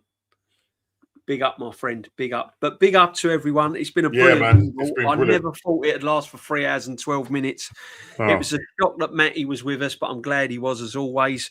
Make sure you sub into Matty the Southern Gooner. And as I said, when Matty streams, he only streams every now and again. Go and watch his last stream. It's absolutely brilliant. Make sure that you're following Normski. You're over 1,000 subs. Not yet, mate. Not yet. Getting there slowly. Getting there slowly. I'll tell you what. You're a City or a Spurs fan if you don't sub to Norms. All right. All right. That means I'll probably look at my subs and it'll go down to half. Yeah. And make sure you sub to the huddle. And listen, whether you've agreed with me or disagreed with me, there's no hard feelings. I'm not a horrible person. Just because I disagree with you. It's all banter. It's all chat. I respect everyone's views, whether I agree with them or don't. I still respect them. Same as Normski, we respect everyone. Yeah, it's a good show. Good show tonight. Good. Everybody's got different. Everyone's got different opinions. It doesn't matter. It doesn't matter the fact we don't agree with everyone. It's all part of it. That's what football's all about. It's all about opinions, and you don't have to agree with it. You don't have to. I've got mine. You've got yours. Everyone's got their own. I don't think Zubimendi's an exceptional player. Some people think he's world class. There you go. You know, so it is what it is. But big up to everyone, and thank you very much indeed. What you got? What you got coming up, Norms? Well, tomorrow I'm on the Bruised Banana show with Shane. I'm on it, Robbie. Cheers, brother. Yeah. It's all right. 200. Okay, yeah. Bruised Banana show, and hopefully, if I get a chance to do my match reaction for the Wolves, hopefully I will be smiling from ear to ear. Yeah. If we draw or lose, bro, it's emergency. If we draw or lose, I reckon even the toppest of top to top Gooner would probably start putting some question marks in. Yeah. Well, I can't see us losing. I'll be honest with you. I won't even be happy. I'll be happy with a 3 points, but a 1-0 for me or a 2-1 would be. I'm looking at. We shouldn't I'm be looking conceding. at 3 minimum. 3 minimum, and to be honest, we shouldn't make hard work of this. That's my thing. I want to see a performance. The thing is, look, at the end of the day, Wolves are coming there. Then they're not in the best of health at the moment. But let's not take them for granted, because sometimes you could be honest, it's Wolves. You know, they've only got 2 points after 15 games. You know what I mean? Let's not take them for granted. Let's be professional but ruthless. Yeah. Get that goal, get that. Because sometimes it could come down, you just never know. It could come down to goal difference. So let's get those goals difference up. Let's go. Yeah. We got as many goals past them, do you know what I mean? Love tonight's one. Big nights for a long time. Cheers, DJB. Yeah, big up yourself, Terry. Big up to everyone in the chat. Every single one. Johnny Dark, whatever it was, even Varel and Guna 19, whatever. 1994. I think it's Arsenal 1994. Yeah, thanks for all your comments. Yeah. Listen, I don't take anything personal. If you don't like me, you don't like me. That's up to you. You know, as I said, it'd be a strange world if everyone, you know, agreed with each other. Agreed with everyone. Do you know what I mean? Suge said we're missing Christmas carols. We've got the Christmas mingle coming up next week. The Christmas mingle. We are literally going to touch on a little bit, you know, some football and stuff, obviously, and then we're just going to have some cracks. Yeah. All I can say is number 9, Gorkarez last looked out from the bench of the Emirates. When he saw Havertz score a goal, he was not very pleased. Quietly, he went out on loan the following season. When the Gorkarez went out on loan, he bagged 35 goals. And there you have it. And there you have it, chat. Off that. No one can do that. No one can. I'll beg anyone to do that on any other channel. But you'll be getting more Christmas carols next week. Stay tuned. And good King Gorkarez last looked out from the bench of the Emirates. Oh my God! Okay, yeah. We're looking forward to it. Mate. We got the wee three kings. Three kings of Arteta's favourites.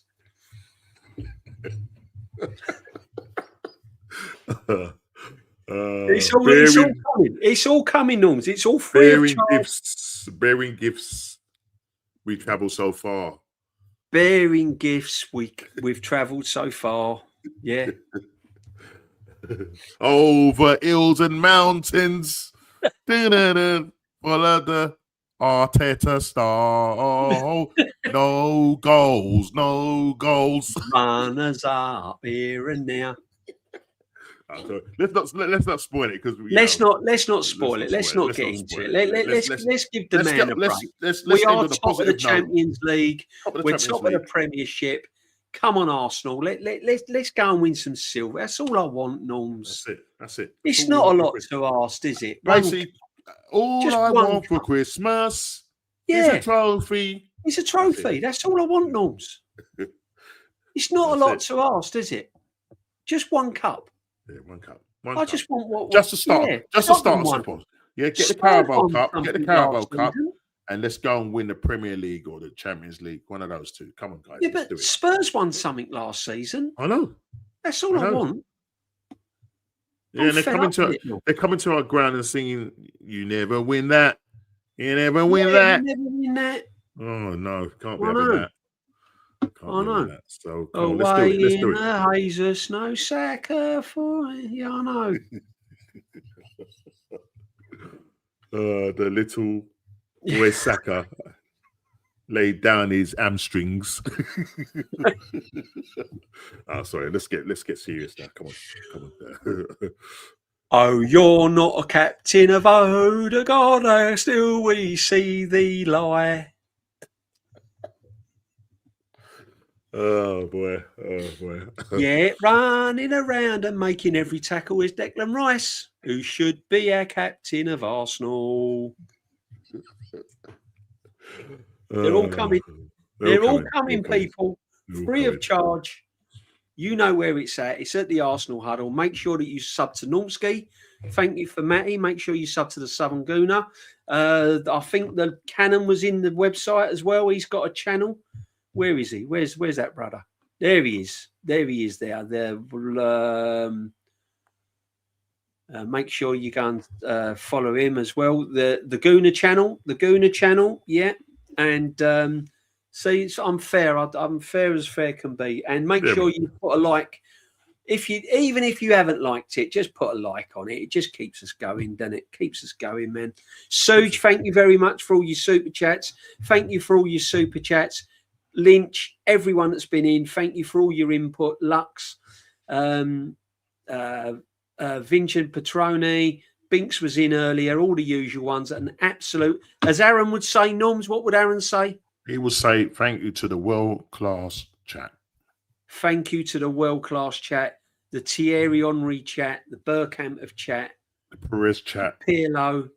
Yeah. Everybody. What can we say? Everyone. We're out of here, people. Thank you all very much indeed. Much appreciated.